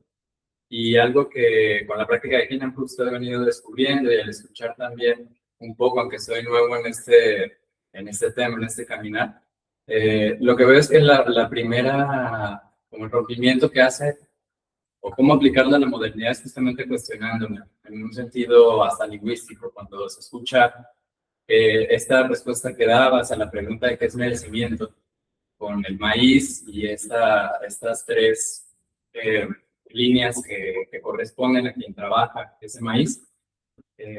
Si lo vemos de una manera como física, desde la modernidad, de un elote sembrado en la tierra y ya, rompemos con esa profundidad incluso lingüística que tiene. Ahora que nos hablabas de la oscuridad, de la luz, hay un sentido profundo y metafórico que hemos perdido en los últimos años, ¿no? Entonces, a mi manera de ver, o lo que he venido también aprendiendo, sobre todo Lili, con el tema de la toltequidad, es cómo hay un pase, digamos, a profundizar en nuestra propia práctica y en lo que implica el buen trabajo, ¿no? Que tanto se repite en todas las culturas del mundo. Kung Fu significa lo mismo, el buen vivir, y en cada parte del mundo se ha hablado, ¿no? Del hacer bien. Y bueno, quería resonar con eso porque creo que justamente el esfuerzo de esta época y de estos nuevos soles es generar puentes a través del tiempo y a través del conocimiento. Es una reflexión que me queda de que la quería compartir. Muchas gracias por lo que Sí, muchas gracias. Bueno, simplemente cierro con una idea para ceder la palabra a los demás. Imaginen lo siguiente. ¿Qué pasaría si el dinero caducara cada 6 meses? ¿Qué pasaría si actualmente el dinero caducara en 6 meses? El dinero no caduca en 6 meses porque no hay merecimiento. Tampoco digo que eso vaya a suceder, pero piénsenlo. Todo fluiría. La gente que innecesariamente se aferra a lo que no merece, tendría que soltarlo. Pero si no hay merecimiento, si solamente hay imposición, y esto es mío porque yo digo y tengo a la policía, la gente se va a aferrar al inmerecer. Entonces, también queremos ser naciones poderosas, ¿no? ¿Qué pasaría si hubiera una ley que padres, madres de familia y sus hijos tuvieran un espacio mínimo de tierra para producir? Esos serían estados poderosos. El concepto de poder de nuestro mundo está boca abajo. Bueno, disculpen mis opiniones. Gracias, compañeros. Adelante. Muchas gracias. Qué hermoso. Bueno, y aquí tenemos entonces a Ale Cobo y Ana Guerra Benito, que son las grandes maestras del Instituto Kinam, y queríamos ahí que nos comentaran un poco entonces de cómo surgió, cómo fue, y cómo empezaron las primeras generaciones, y ahora que tienen tanta cantidad de gente atendiendo las nuevas generaciones de profesores. Ahí les paso la palabra a ustedes para que nos puedan comentar.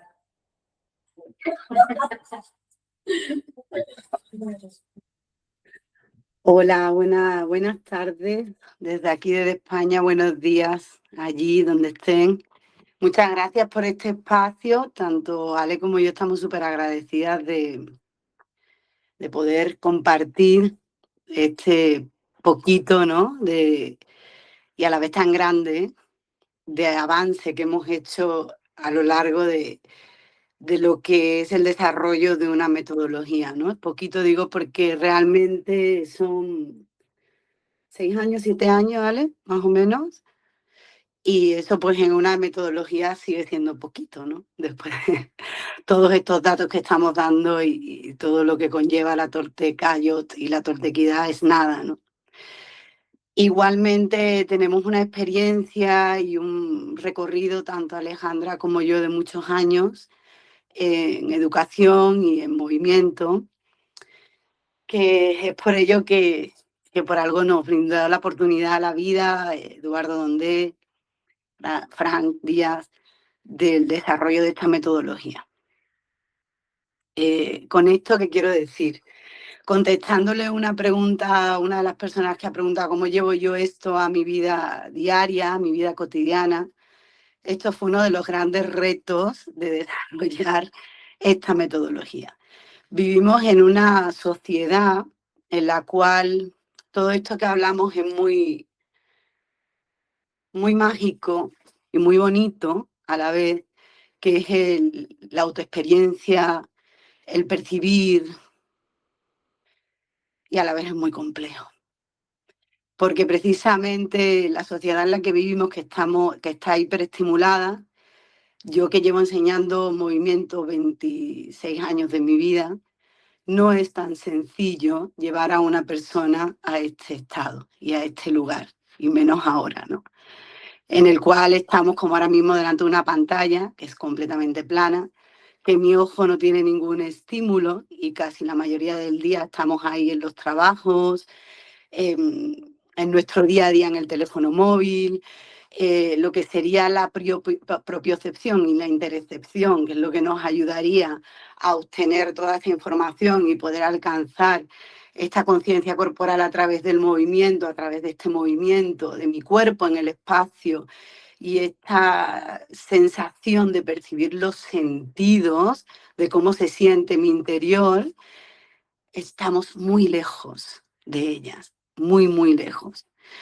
Entonces, ¿qué pasa?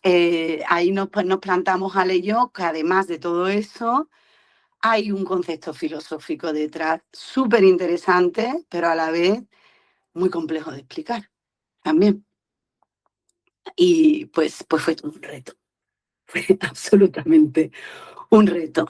Entonces, hemos intentado, y creo que hasta el día de hoy se está haciendo con mucho corazón, a través de la metodología, aplicar la Toltecayot, ¿no? Que es una enseñanza muy respetuosa, una enseñanza basada en, por ejemplo, a la hora de practicar la respiración, de tener mucha apertura a que el alumno escoja qué patrón de respiración necesita en ese momento cuando está entrando en la postura y que perciba cómo está respirando, sin que sea una imposición el cómo tiene que respirar, ¿no? Es más una invitación. Y a través del cuestionamiento, de hacerle pues estas preguntas que lo lleven a conectar con la experiencia, el que la persona vaya entrando en ese mapa de su cuerpo y de su movimiento en el que vive, en el que habita, en su día a día, y empiece a cambiar esos patrones, o esos, como le podríamos llamar desde la toltequidad, pues falsas creencias también, pero dentro de mi cuerpo, de lo que yo habito, de lo que me han dicho que soy, o que tengo que sentir, o cómo me tengo que comportar, o cómo tengo que estar en esta vida, ¿no?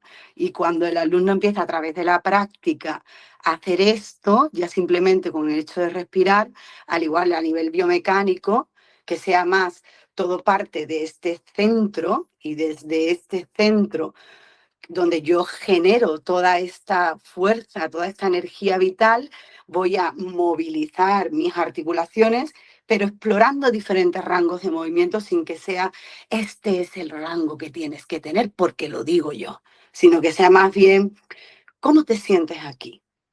¿Y qué tal si pruebas aquí? ¿Y cómo sería la vida desde aquí?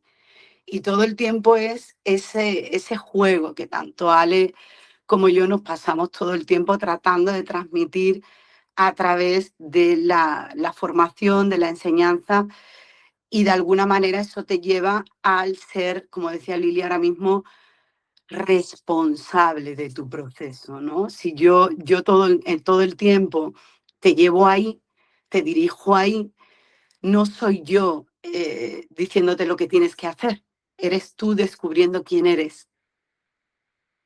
No sé si me estoy explicando bien. Esa es la base de nuestra metodología, acompañada detrás con una cantidad de información técnica y de biomecánica, anatomía, de años y años de formaciones, de carrera, de práctica, pero que es simple a la vez. Es simple porque queremos que el alumno llegue solo, que el practicante llegue solo, que no sea algo impuesto por nosotras, ¿no? Y es increíble porque, como decía antes Lili, después de la práctica, toda esta información que nos ha dado Miguel tan valiosa, se siente. En algunos aspectos se empieza a sentir, se empieza a percibir y ya nos empieza pues a caer, ¿no? Y decir, bueno, ya entiendo lo que me decían mis maestros de otras cosas que se van hablando a lo largo de la práctica, porque a lo largo de la práctica pues sí estamos hablando todo el tiempo de lo que es la Toltecayot y de todas estos iconos, estas intenciones, esta narrativa que envuelve la práctica también, ¿no? ¿Vale?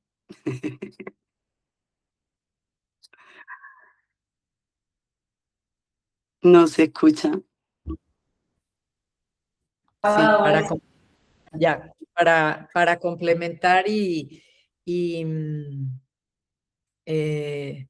pues sí, llevarlos a la comprensión un poquito más profunda de cómo son las clases de Kinam, de qué pueden esperar en estas prácticas. Ustedes que ya han tenido varias clases, asumo que con Lili, con Nora, no sé.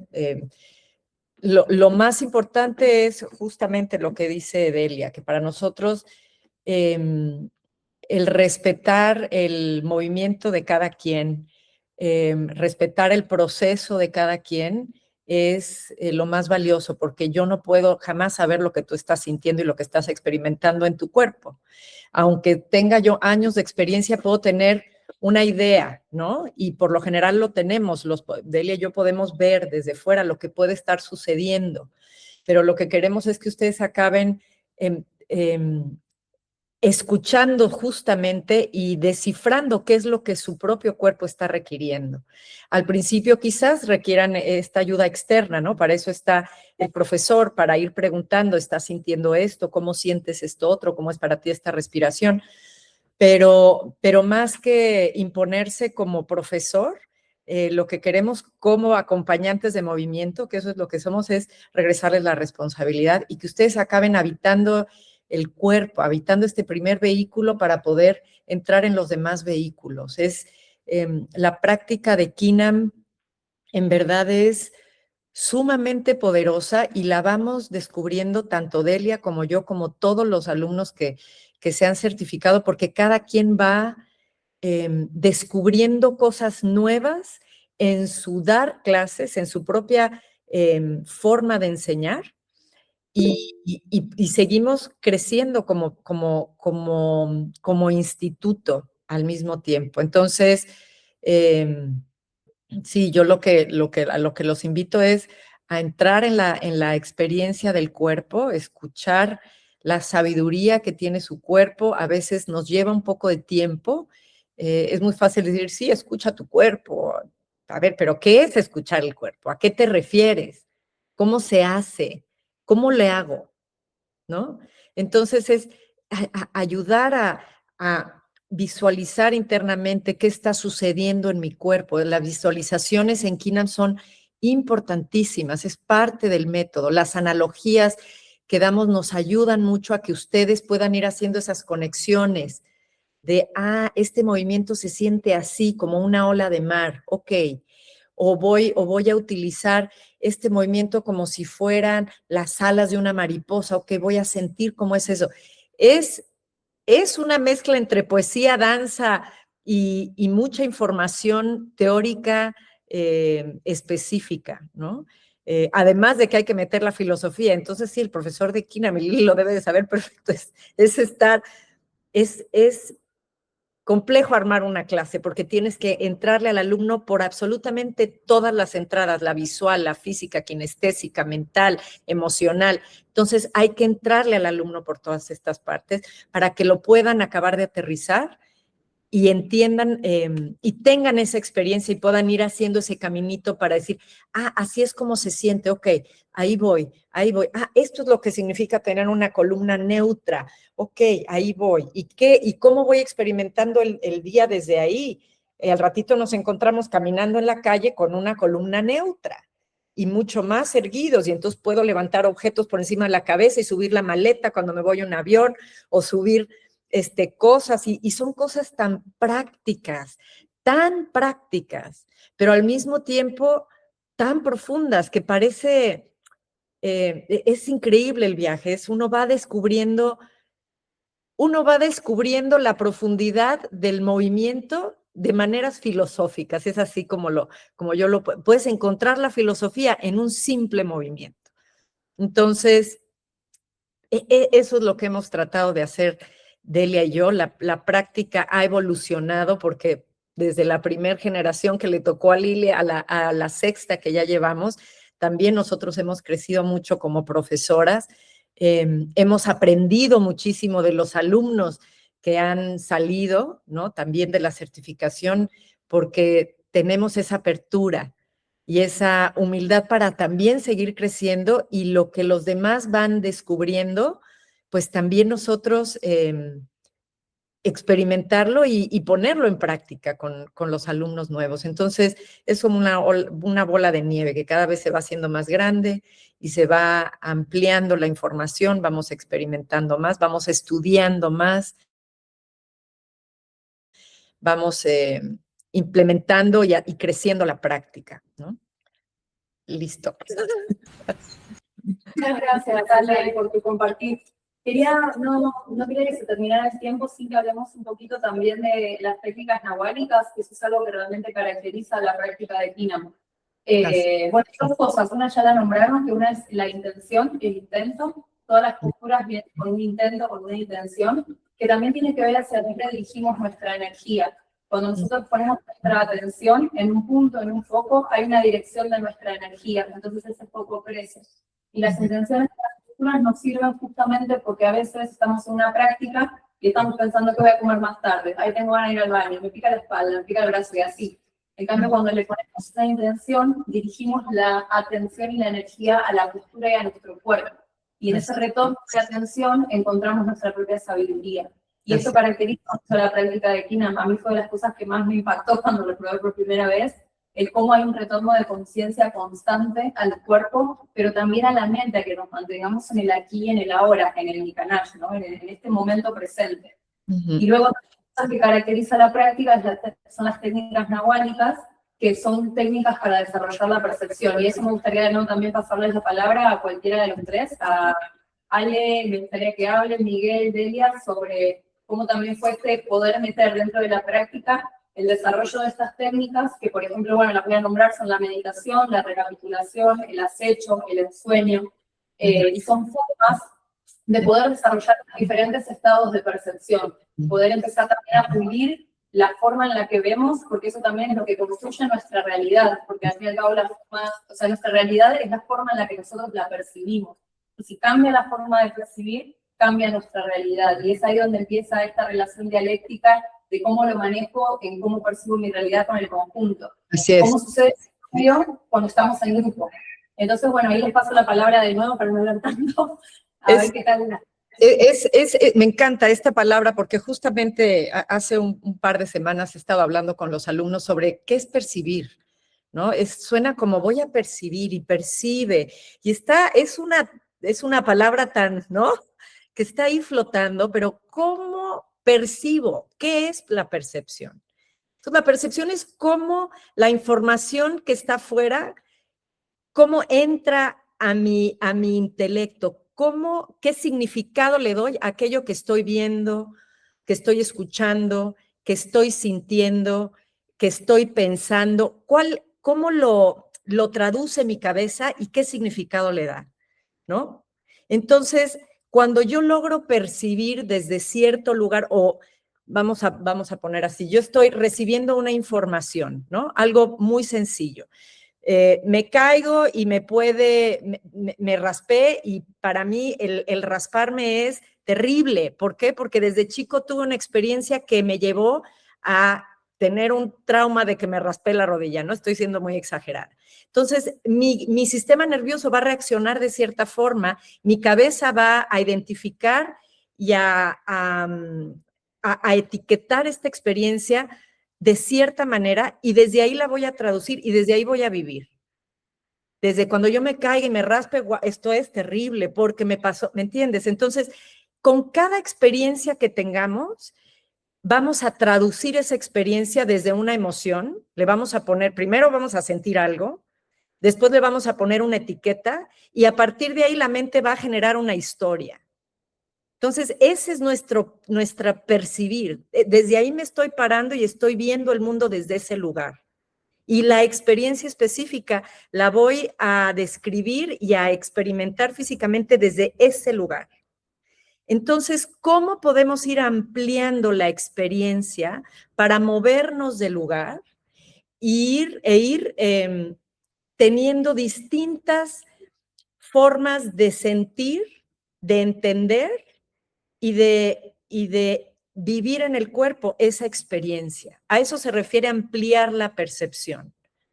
Es movernos, es quitarnos los lentes y decidir ver con otro color, ¿ok? Para poder tener una experiencia mucho más amplia de lo que estamos observando, de lo que estamos pensando, de lo que estamos sintiendo. Es así de práctica.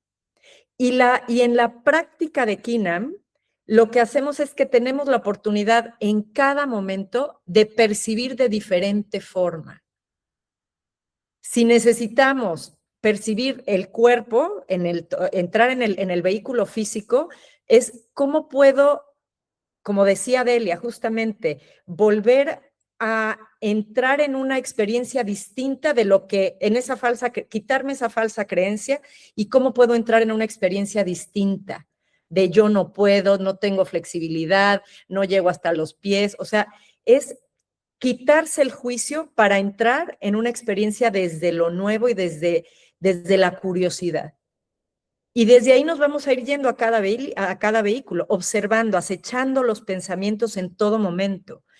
Me doy cuenta que todo el tiempo mi voz interna está diciéndome que yo no soy flexible, o que tuve una lesión y me da miedo, entonces no puedo acceder a ciertos movimientos porque en mi cabeza ahí quedó una experiencia fija. O en la emoción. Me estoy dando cuenta que en esta postura estoy sintiendo esto. ¿Y de dónde viene? Y en el transcurso del día me doy cuenta que vivo en constante angustia. O de repente estoy muy enojado siempre. O sea, es entrarle a la práctica del estar Nikanash, aquí y ahora, observándome y experimentando los vehículos del cuerpo para poder después pulirlos, ir puliendo estas experiencias, ir quitándonos todas estas costras que hemos heredado, que hemos aprendido, para ampliar justamente nuestra posibilidad de experimentar el mundo. Va más por ahí. No sé si queda claro. Sí, Delia.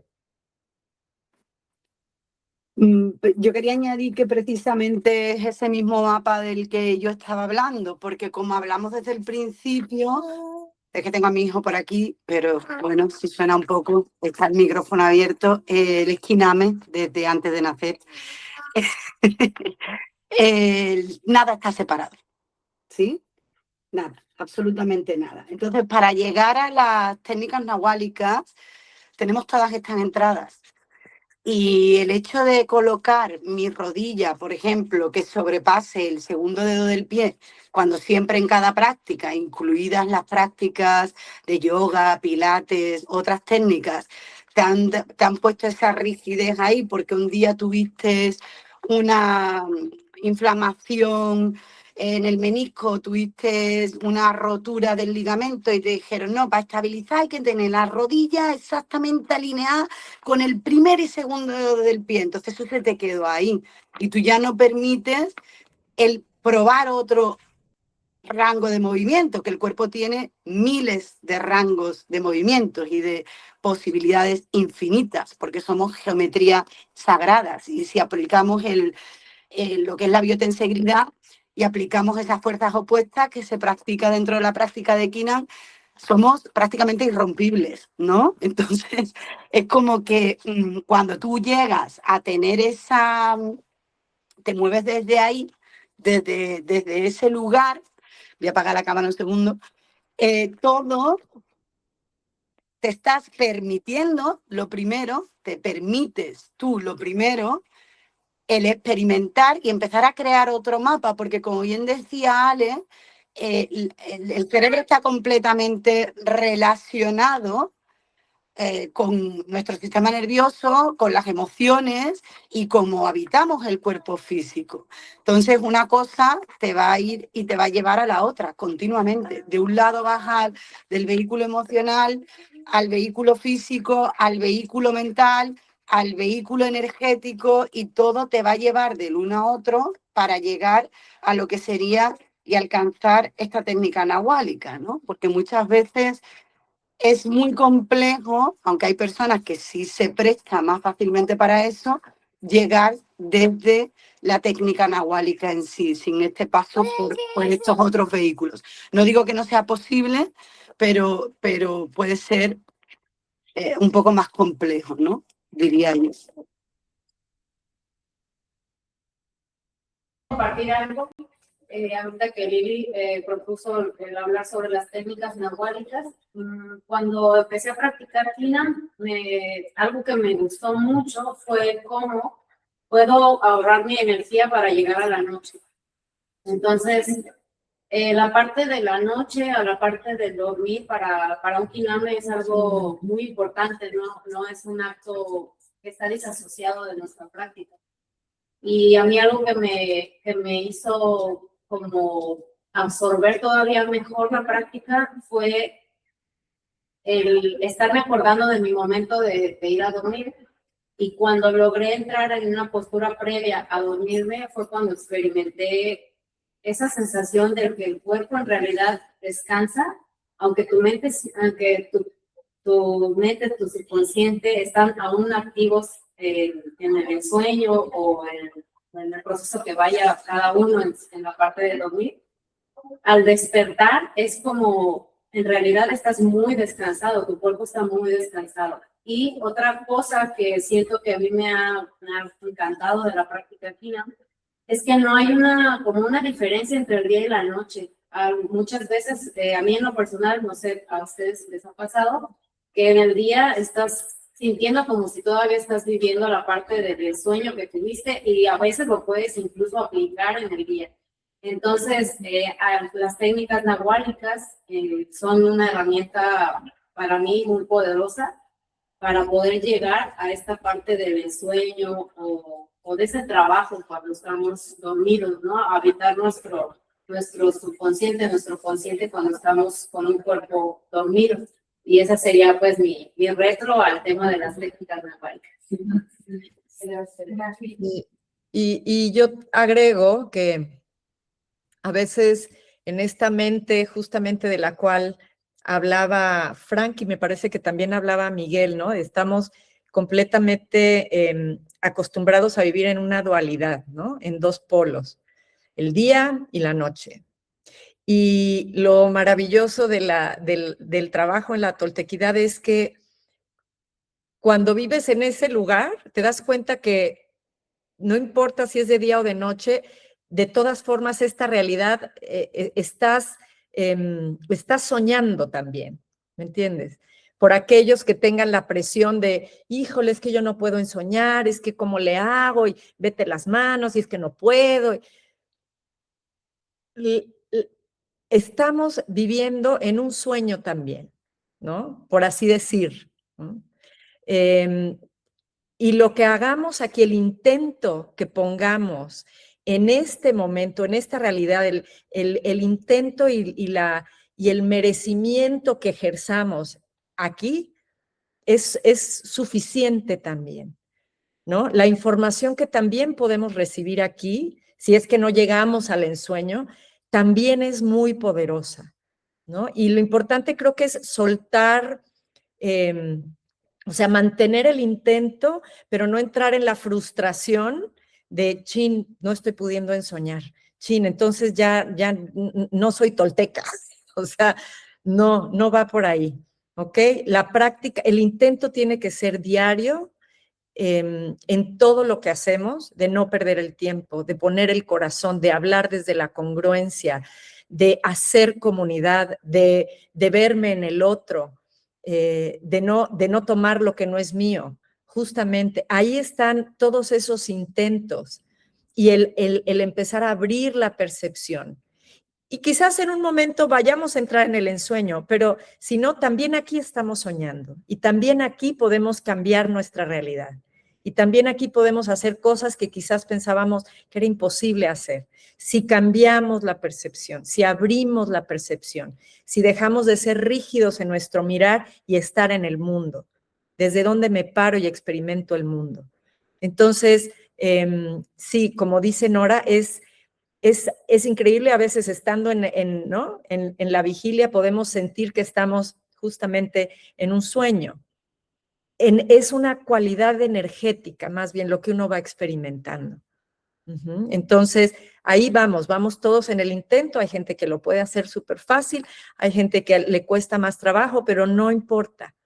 Aquí veo también que Miguel trae la manita arriba y Delia también. Suelto la palabra.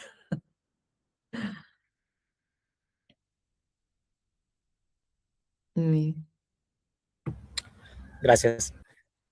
Sí, es importante notar que desde el náhuatl no existe una palabra tal cual como realidad. Su más afín concepto es Neltemictli, el sueño verdadero. Entonces, también es importante saber que ¿quién nos hizo creer que lo que somos tiene manos? Las manos son un constructo del sueño y cada vez que podemos vernos las manos, estamos soñando. Entonces, esta condición humana que se da como y tiene como causa a la percepción, continúa a través de una sugestión. Hay 7 formas de sugestionarnos en la realidad: la china, la egipcia, la anahuaca, etc. Entonces, una civilización se presenta precisamente como una plataforma para poder trabajar con la percepción e intentar abrirla. Adelante.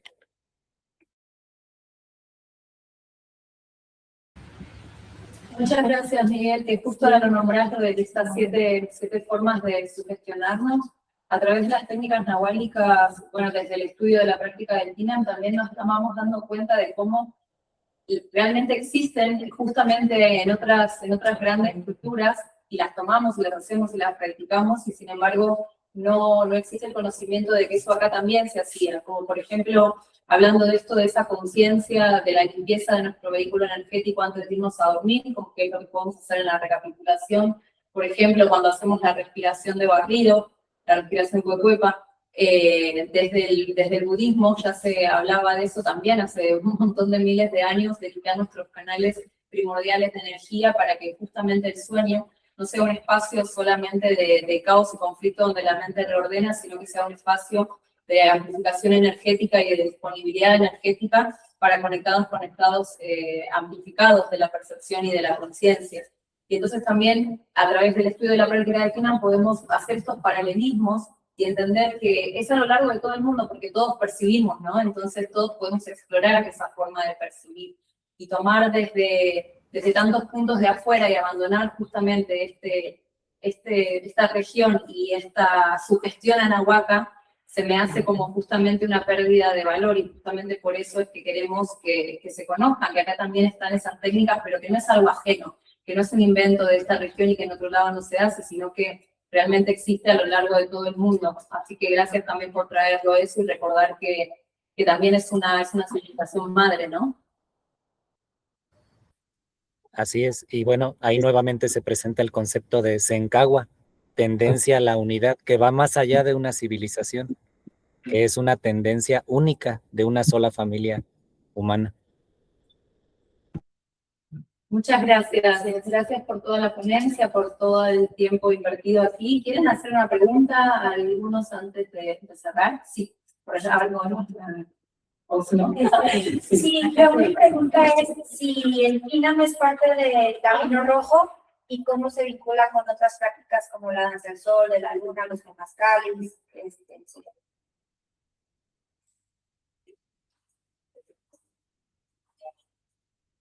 ¿Quieren responder, Ale? Sí. Bueno, ¿O Miguel? Adelante, Ale. A ver,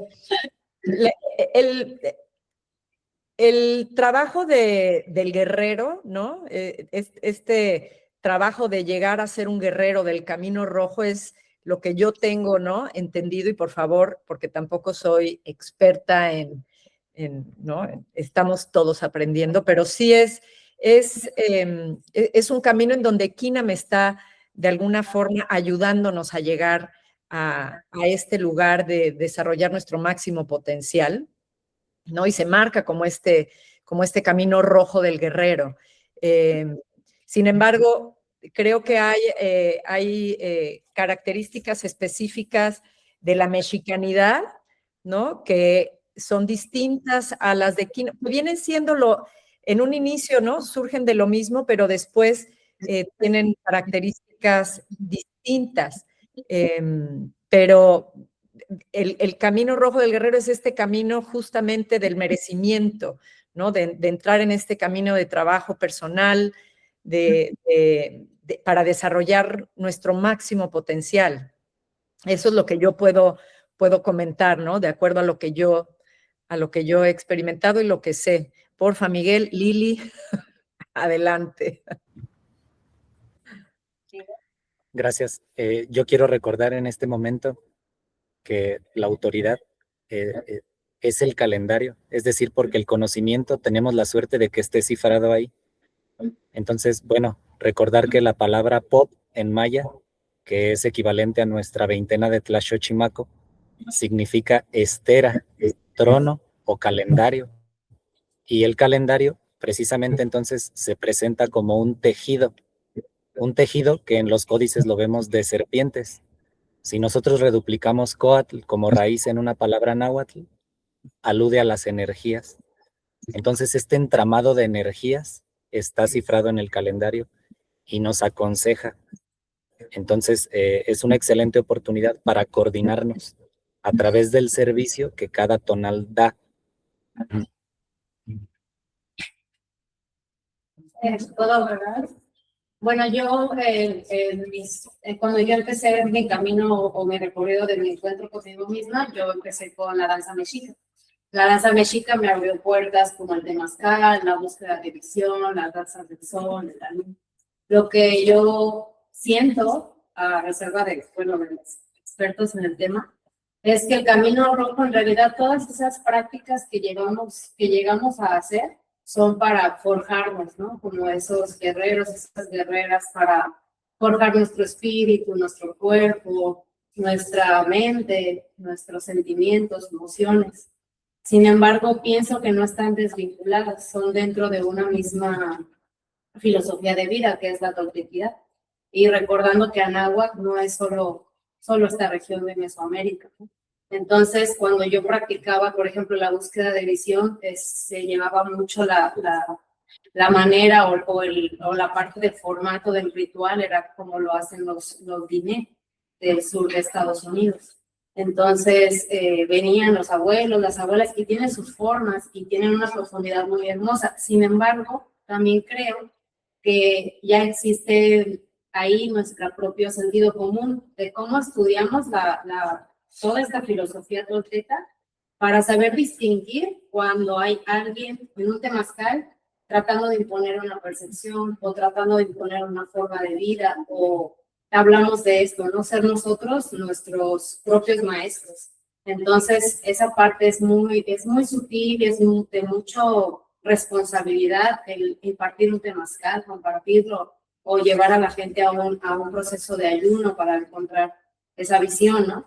Entonces, creo que aquí es más que todo está vinculado, sin embargo, me parece muy importante, como decía Miguel, el estudio, que ahorita nos encontramos en un proceso de estudio y que gracias a expertos, a profesionales, a investigadores, tenemos esta información de una manera bellísima, ¿no? Como la ponencia que dio ahorita Miguel me pareció hermosa, muy digerible, y los que siguen los canales como el canal de Nación Tolteca o la información que ellos transmiten es muy, muy importante, porque es la manera como lo podemos digerir sin tener que estar a lo mejor leyendo, pero que nos ayuda a que en el aquí y el ahora tengamos la información para después llevarla a la práctica. Y siempre, pues, investigando, ¿no? Y siempre estudiando. Entonces, era mi opinión. Gracias. Si me permiten ahondar un poco en esto, les agradezco mucho a todos sus palabras y su compartir. Me parece, bueno, cuando a mí me hablan del camino rojo, yo tengo que primero confesar que no entiendo realmente qué sea, pero por las simples palabras, aunque todavía no tenga la experiencia en ese camino, el rojo a mí me evoca, primeramente, pues el este, es lo que se eleva, nuestro vehículo de conciencia vital. Si lo notamos en la representación de la cantidad, se presentan los números en rojo y en negro. Entonces nos está hablando de una suma, es decir, de el tonal. Bueno, si vamos a la lectura de Castañeda, nos habla don Juan de que hay que tener la isla del tonal fuerte para poder hacer el trabajo del nahual. Entonces se van uniendo los conceptos. Recordamos también del Chilam Balam que se nos dice que todos estamos unidos por la cuerda sagrada del linaje rojo. Entonces ahí es donde yo conecto que eso es el camino rojo y precisamente es la toltequidad. Entonces veo la toltequidad como una institución de la coherencia y la forma en que vamos a toltequizarnos es estudiando en las diferentes prácticas y campos de aplicación de la información para su función, conectar puntos. Algunos vienen del calendario, otros de la literatura, pero siempre el centro es la coherencia. Entonces eso sería para mí el consejo, la coherencia entre las áreas del conocer. Adelante. Muy bien, y ya no sé cómo andes de tiempo allá con la conferencia, pero bueno, aquí ya regresó Frank justo para algún cierre de este evento, al menos en la parte teórica, y ya se vayan a la práctica por allá. Sí, muchas gracias. Queremos agradecerles a todos, bueno, por el tiempo, lo compartido. Por ahí sí tenemos que dejar la paso, pero vamos a continuar entonces de esta manera con la práctica.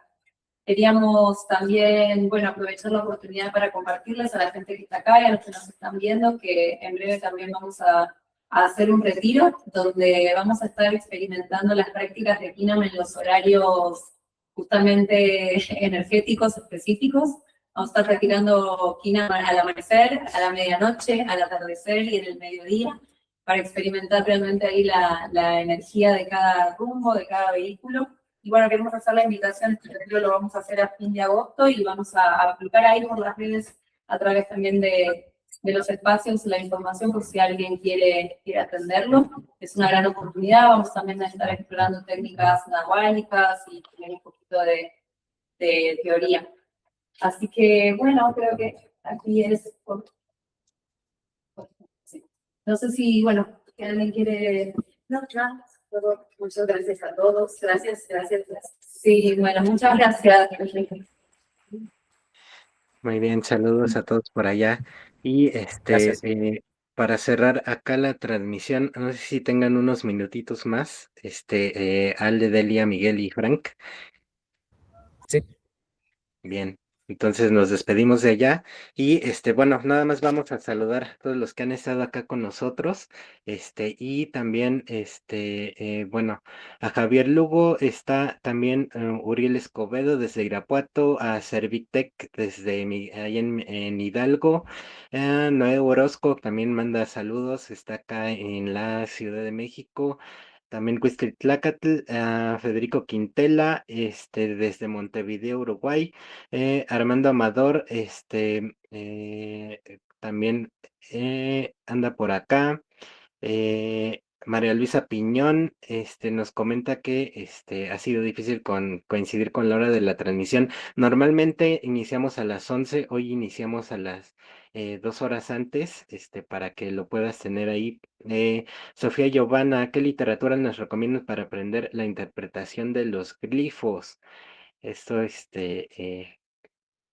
justo desde el inicio, ¿no? Este, eh, sí, ¿qué nos podrías decir, Frank? A ver, nada más el micrófono. El micrófono. Gracias. Si son los glifos calendáricos, pues literatura de calendario. Si son los glifos de escritura, pues en fin, hay glifos de todo. Si lo que quieres es simbolismo general, eso lo vas adquiriendo con el tiempo. Es más cómodo. Claro que quizás podamos hacer algún curso de simbolismo mesoamericano, pero ahorita por lo menos el movimiento no lo tiene. Pero después de un rato de estar escuchando conferencias, de ver imágenes, te van pegando las cosas. Llega un momento que hace clic y fragua todo eso adentro. Mm, Me atrevo a recomendarte a Miguel para cuestiones de simbolismo calendárico específico. Pero ese ya es un simbolismo, pues, más complejo, ¿no? Porque involucra las matemáticas.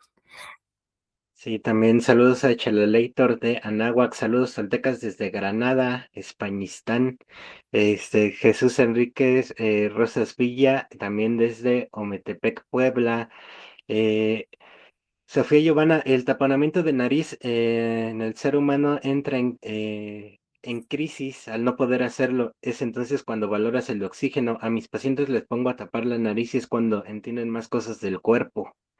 Qué interesante, qué interesante. Bueno, yo no recomiendo hacerlo, ¿eh? Pero muy interesante lo que dices. También,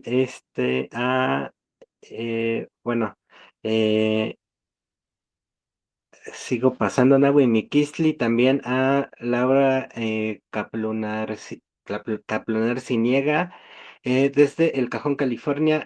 Laura Caplum, 9 Miquisli, les envío saludos desde El Cajón, California. También Salvador Mendoza, también Neutrón Cabo, también anda por acá, bueno, les mandamos saludos y también, no sé si María Fernández, que anda allá en Uruguay, Gustavo Andrés también, desde Argentina, que disfrutó la transmisión de principio a fin. Y pues, para cerrar la transmisión también, me quedé con una duda que quisiera hacerles a ustedes, Ana y Ale, cómo llevarlo a la práctica. Y bueno, justamente el Kinam es, digamos, es su esencia pura, ¿no? Llevar a la práctica, y a la vida cotidiana, esta relación de estar presentes y, bueno, cómo usar esta cosmovisión para aplicarla a la vida diaria, ¿no? Me quedaba pensando y le platicaba a una amiga que es estilista, pasa horas, parada, y preguntaba, ¿cómo aguantas, ¿no? Esta relación de estar de pie tanto tiempo, eh, y me decía, es que sí, me duelen las piernas, me duele la espalda, ¿cómo en algo tan sencillo en poder pararse correctamente te puede ayudar justamente en tu vida cotidiana? Porque le digo, si te dieras la oportunidad y haces la práctica de Kinam, pues vas a poder tener una mejor condición física para simplemente estar parada, estar en tu centro y aprender cómo ahorrar esa energía que pues, si nos colocamos de una forma incorrecta, se va a cansar el cuerpo, nos va a causar dolores. Esa sería como la primer pregunta y la segunda, si nos pudieran dar un poquito de su experiencia ya a través de estas 6 generaciones, cómo han sentido esta, eh, digamos, esta evolución, ¿no? Al practicar con los alumnos en sus clases. Sí. Si quieres, tú contestas la primera y yo la segunda, o al revés. Y la primera os va a sorprender algo que os voy a decir, porque no solamente es a nivel físico. La sorpresa es que cuando la gente empieza a hacer esta práctica, a lo mejor deja de ser estilista y cambia de carrera. Sí. Porque es tan interesante cuando la gente se conecta con el centro. Cuando hablamos del centro, hablamos de algo que es muy grande.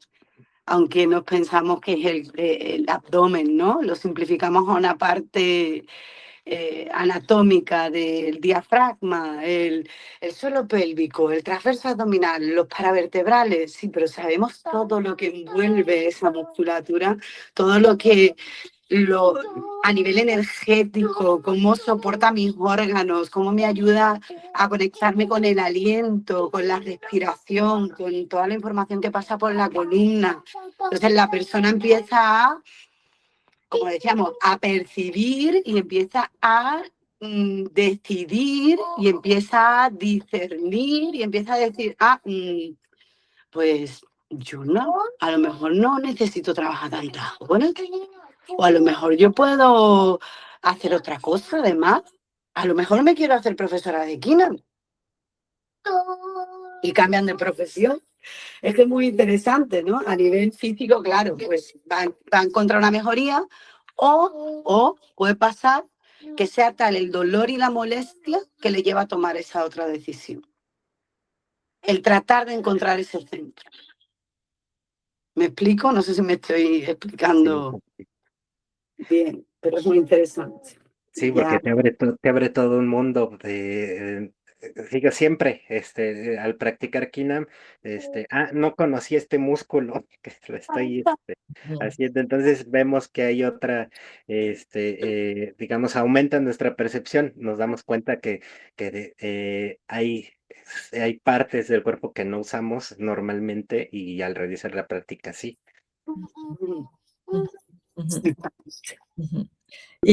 Y con respecto a Miguel, mejor, entra y ya.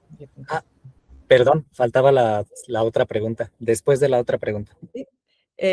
Y con respecto a la segunda, que es cómo hemos visto las generaciones desde la primera hasta ahorita, pues lo que sí nos hemos dado cuenta es que cada año hay más interés por conocer la práctica y sobre todo por revincularse con la historia.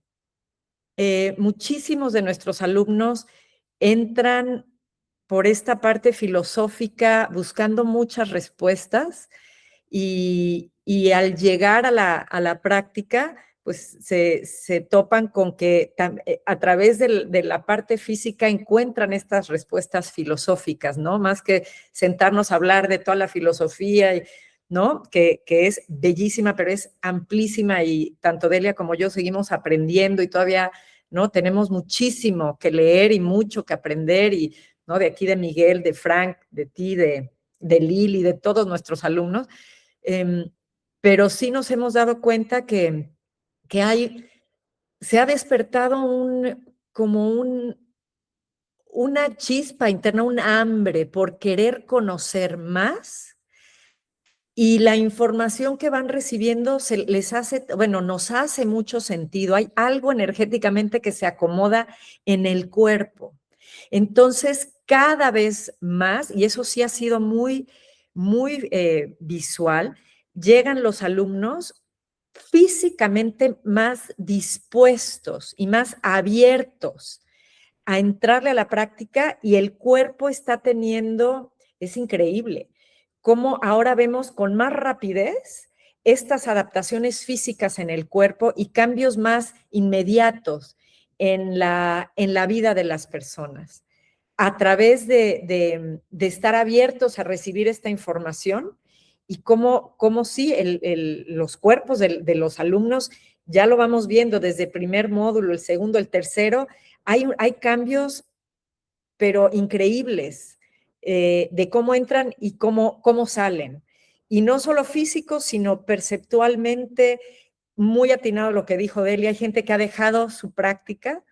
Tenemos una alumna que tú conoces muy bien, Anabel. Anabel era contadora, no recuerdo, y ella dejó absolutamente todo y se metió al 100 al estudio profundo de Kinam, y ahora ya lo llevó hasta Alemania. O sea, tenemos alumnos que han cambiado su vida para entrar en la búsqueda y en la investigación profunda de la Toltecayotl y de la práctica física. Entonces, sí, cada vez tenemos más alumnos, y qué bueno, porque lo que queremos es que cada vez haya más profesores, para que lleguen a más personas, para que esto pueda ser una masa crítica que haga entonces un cambio importante, ¿no? No solamente los toltecas somos de México, sino la toltequidad pertenece a todos, justo como le decía Miguel. Es una forma de organizar la cultura, de darnos orden, y necesitamos estas herramientas para entrar en un nuevo orden social, sin meterme en la política ni nada. Va más allá que todo eso. Es un orden cosmogónico a lo que voy. Es energético, que está ahí latente y se está abriendo, y la gente lo está vibrando y se está conectando con esto, ¿no? Algo que me impresiona mucho es que, bueno, o sea, cómo se ha expandido, ¿no? Y ustedes tienen un poco más la noción porque, bueno, cuántos alumnos tienen, y a lo largo de estas generaciones, cuántos han tenido, bueno, hay clases de Kinam en Argentina, hay clases, en Suiza, ahora va a haber en Hungría, bueno, y eso, hay en Sevilla, obviamente, En Estados hay Unidos hay muchos, en Estados exacto. Unidos Y tenemos. más o menos, pues ya nos decían, ¿no? Más de 100 alumnos, que ya han tomado clases con ustedes y que están expandiendo esto, ¿no?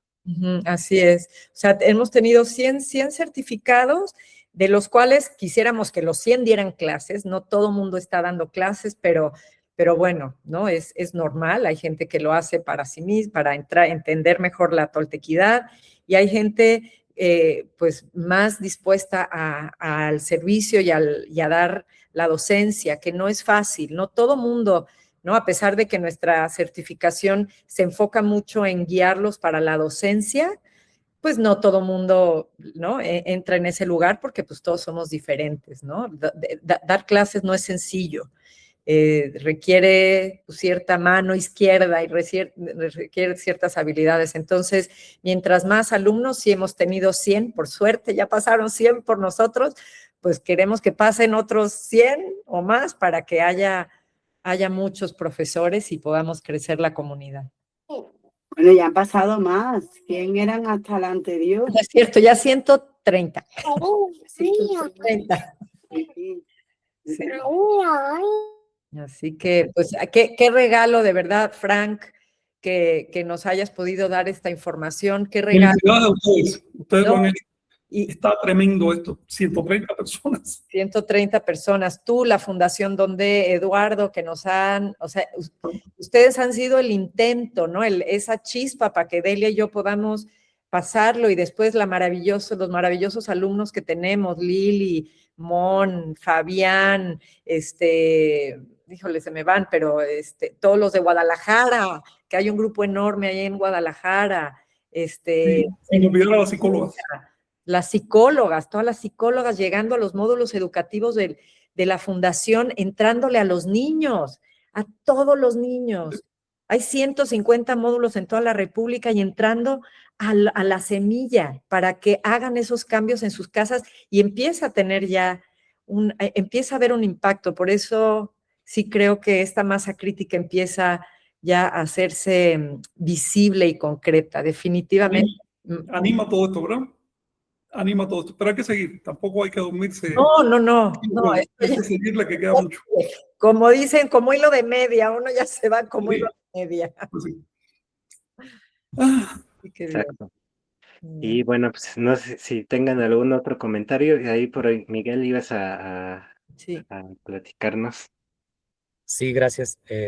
Bueno, también aprovecho para mencionar los compañeros también de Morelia que están estudiando también Kinam.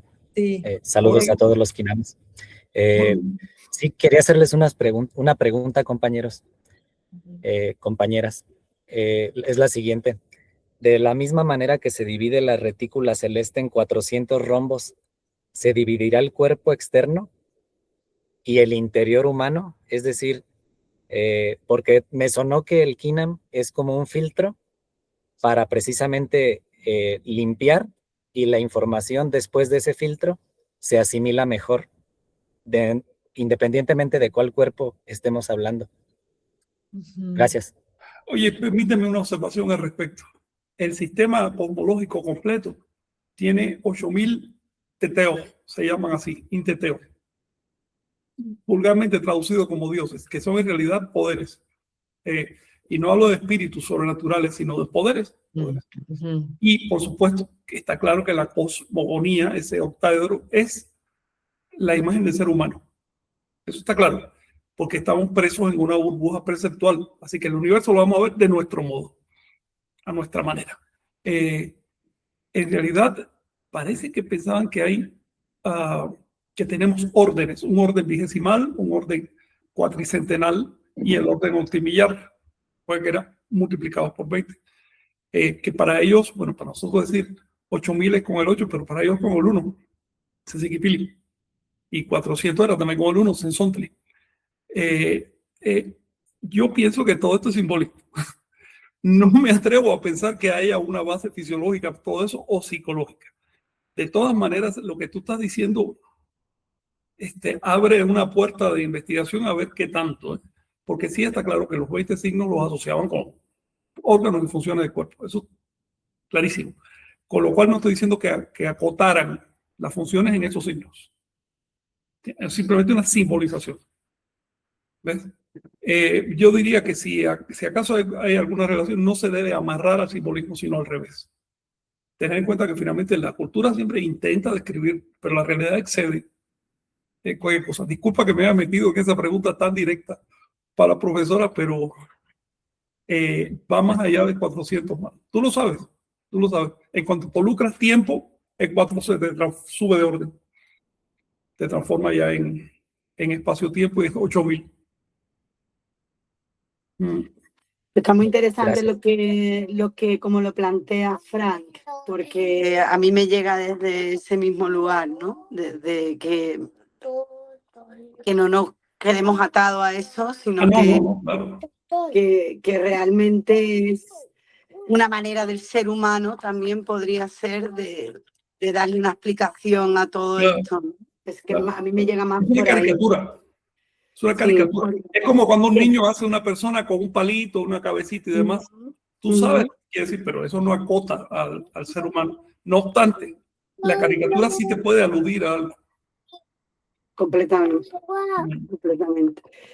Sí, igualmente sí que me gustó la otra parte que dijo Miguel de Kinam, es como que te limpia, ¿no? Para que pueda, ahí estoy completamente de acuerdo, porque sí se consigue eso a través de la práctica de Kinam.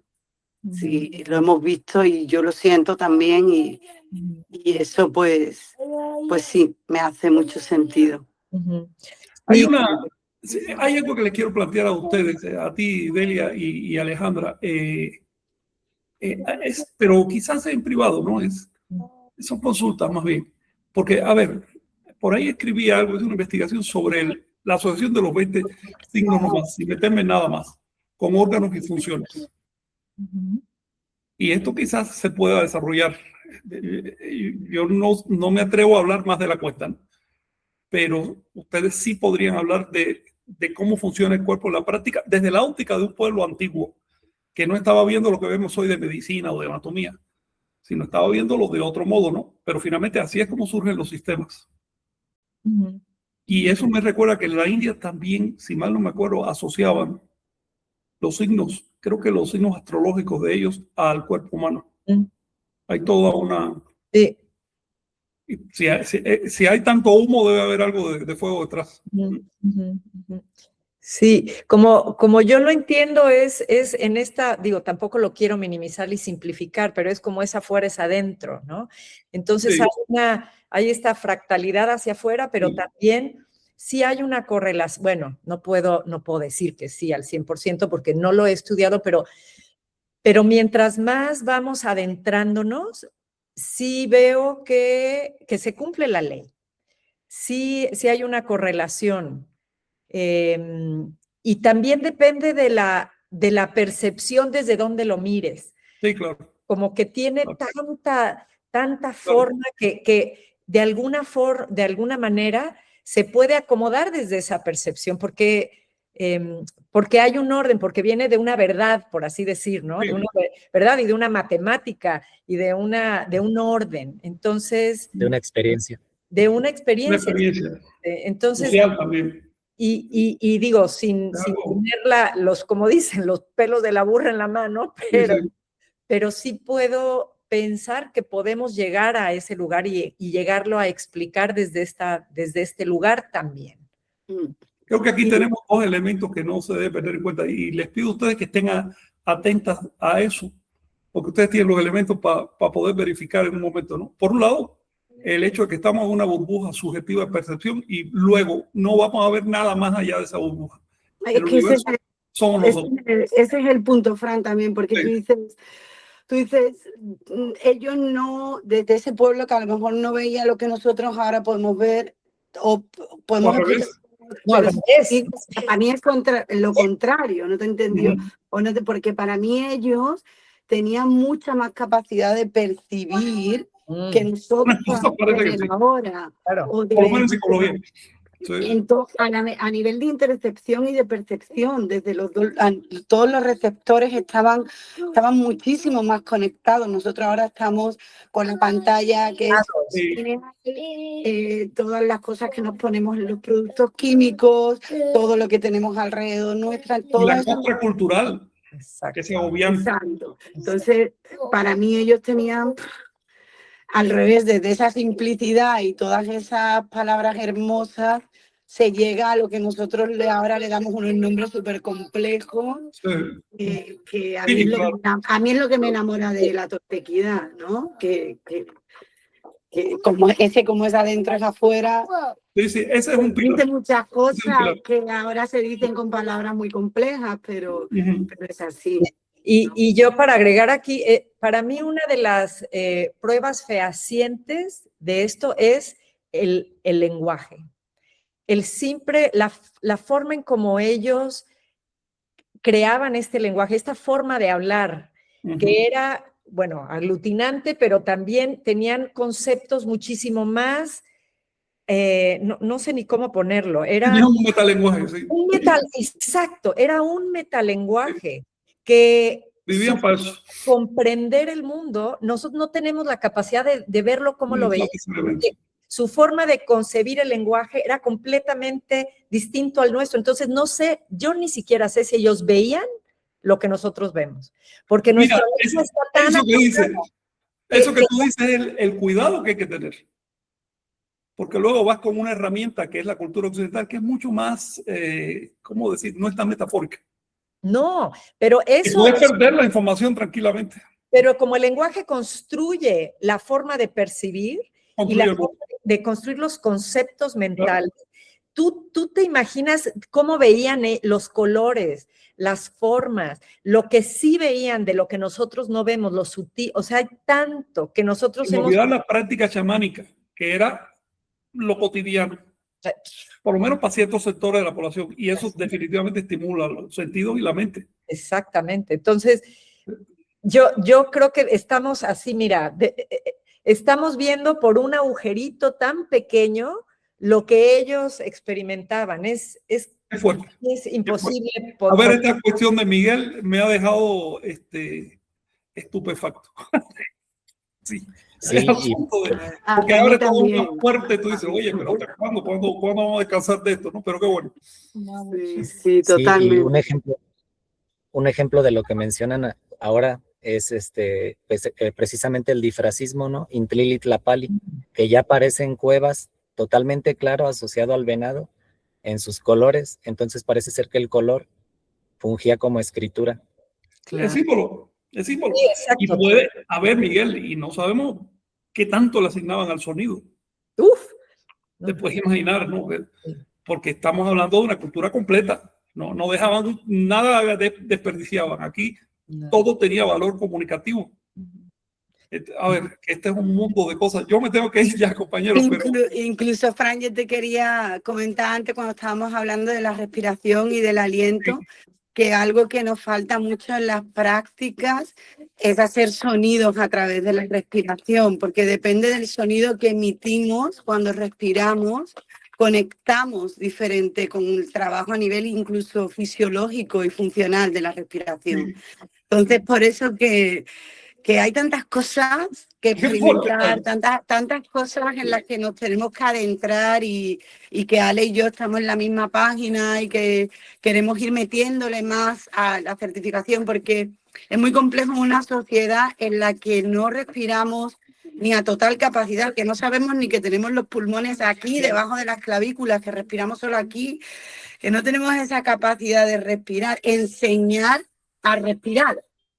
claro. No, ya, vocalizar y todo lo que venga de ahí. Afortunadamente en el tema del sonido tenemos mucha información. Lo que está faltando es tiempo, pero sí quedó miles de páginas de ritos. Y sabes que la mitad de los ritos en realidad eran otra cosa. Hay que sacar toda esa info. Frank, bueno, ¿nos puedes compartir esto de las vocalizaciones y de los sonidos? A ver, Porque déjame ver si saco tiempo primero. sí, Ya hice algunos experimentos, pero todavía es demasiado primitivo. El material está ahí. Buena parte de las cosas que he visto ha sido platicando con los compañeros, pero no lo he codificado. Pero lo que estoy viendo es que hace falta. sí. Es que hace falta. Y Porque uno pierde todo también, entonces nosotros también nos tenemos que acotar un poco para y no... también ponlo de mi punto de vista, desde el punto de vista simplemente antropológico de estudio. Es imprescindible ese tipo de temas porque si no entiendes la cultura. Tienes que decodificar eso. Así que, compañero, queda pendiente el tema de sonido. Así es. Qué fuerte. Súper. Gracias, Delia. Gracias. Oye, yo me voy ya. Sí. Sí, muchas Ya gracias. estoy en mil cosas acá. Después. Y nos vemos. Les agradezco mucho la invitación y todo lo que han platicado. Gracias, Frank. Gracias, Frank. Gracias. Muy bien, pues, muchas gracias.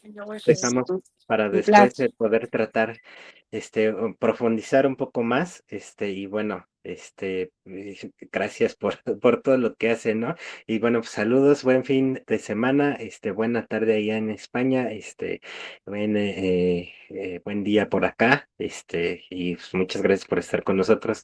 Se queda grabado, ahí les pasaremos la grabación ahí a los que estuvieron ahí con Lili para que vean la última parte, ¿no? Que también estuvo, muy interesante. Va, gracias, muchas gracias, Delia. Gracias, Miguel. Gracias. Te pongo cara al Gracias también. nombre. Un placer conocerte, Miguel. Gracias. Igualmente. Nos vemos, compañeros. Saludos a todos. Saludos, nos vemos.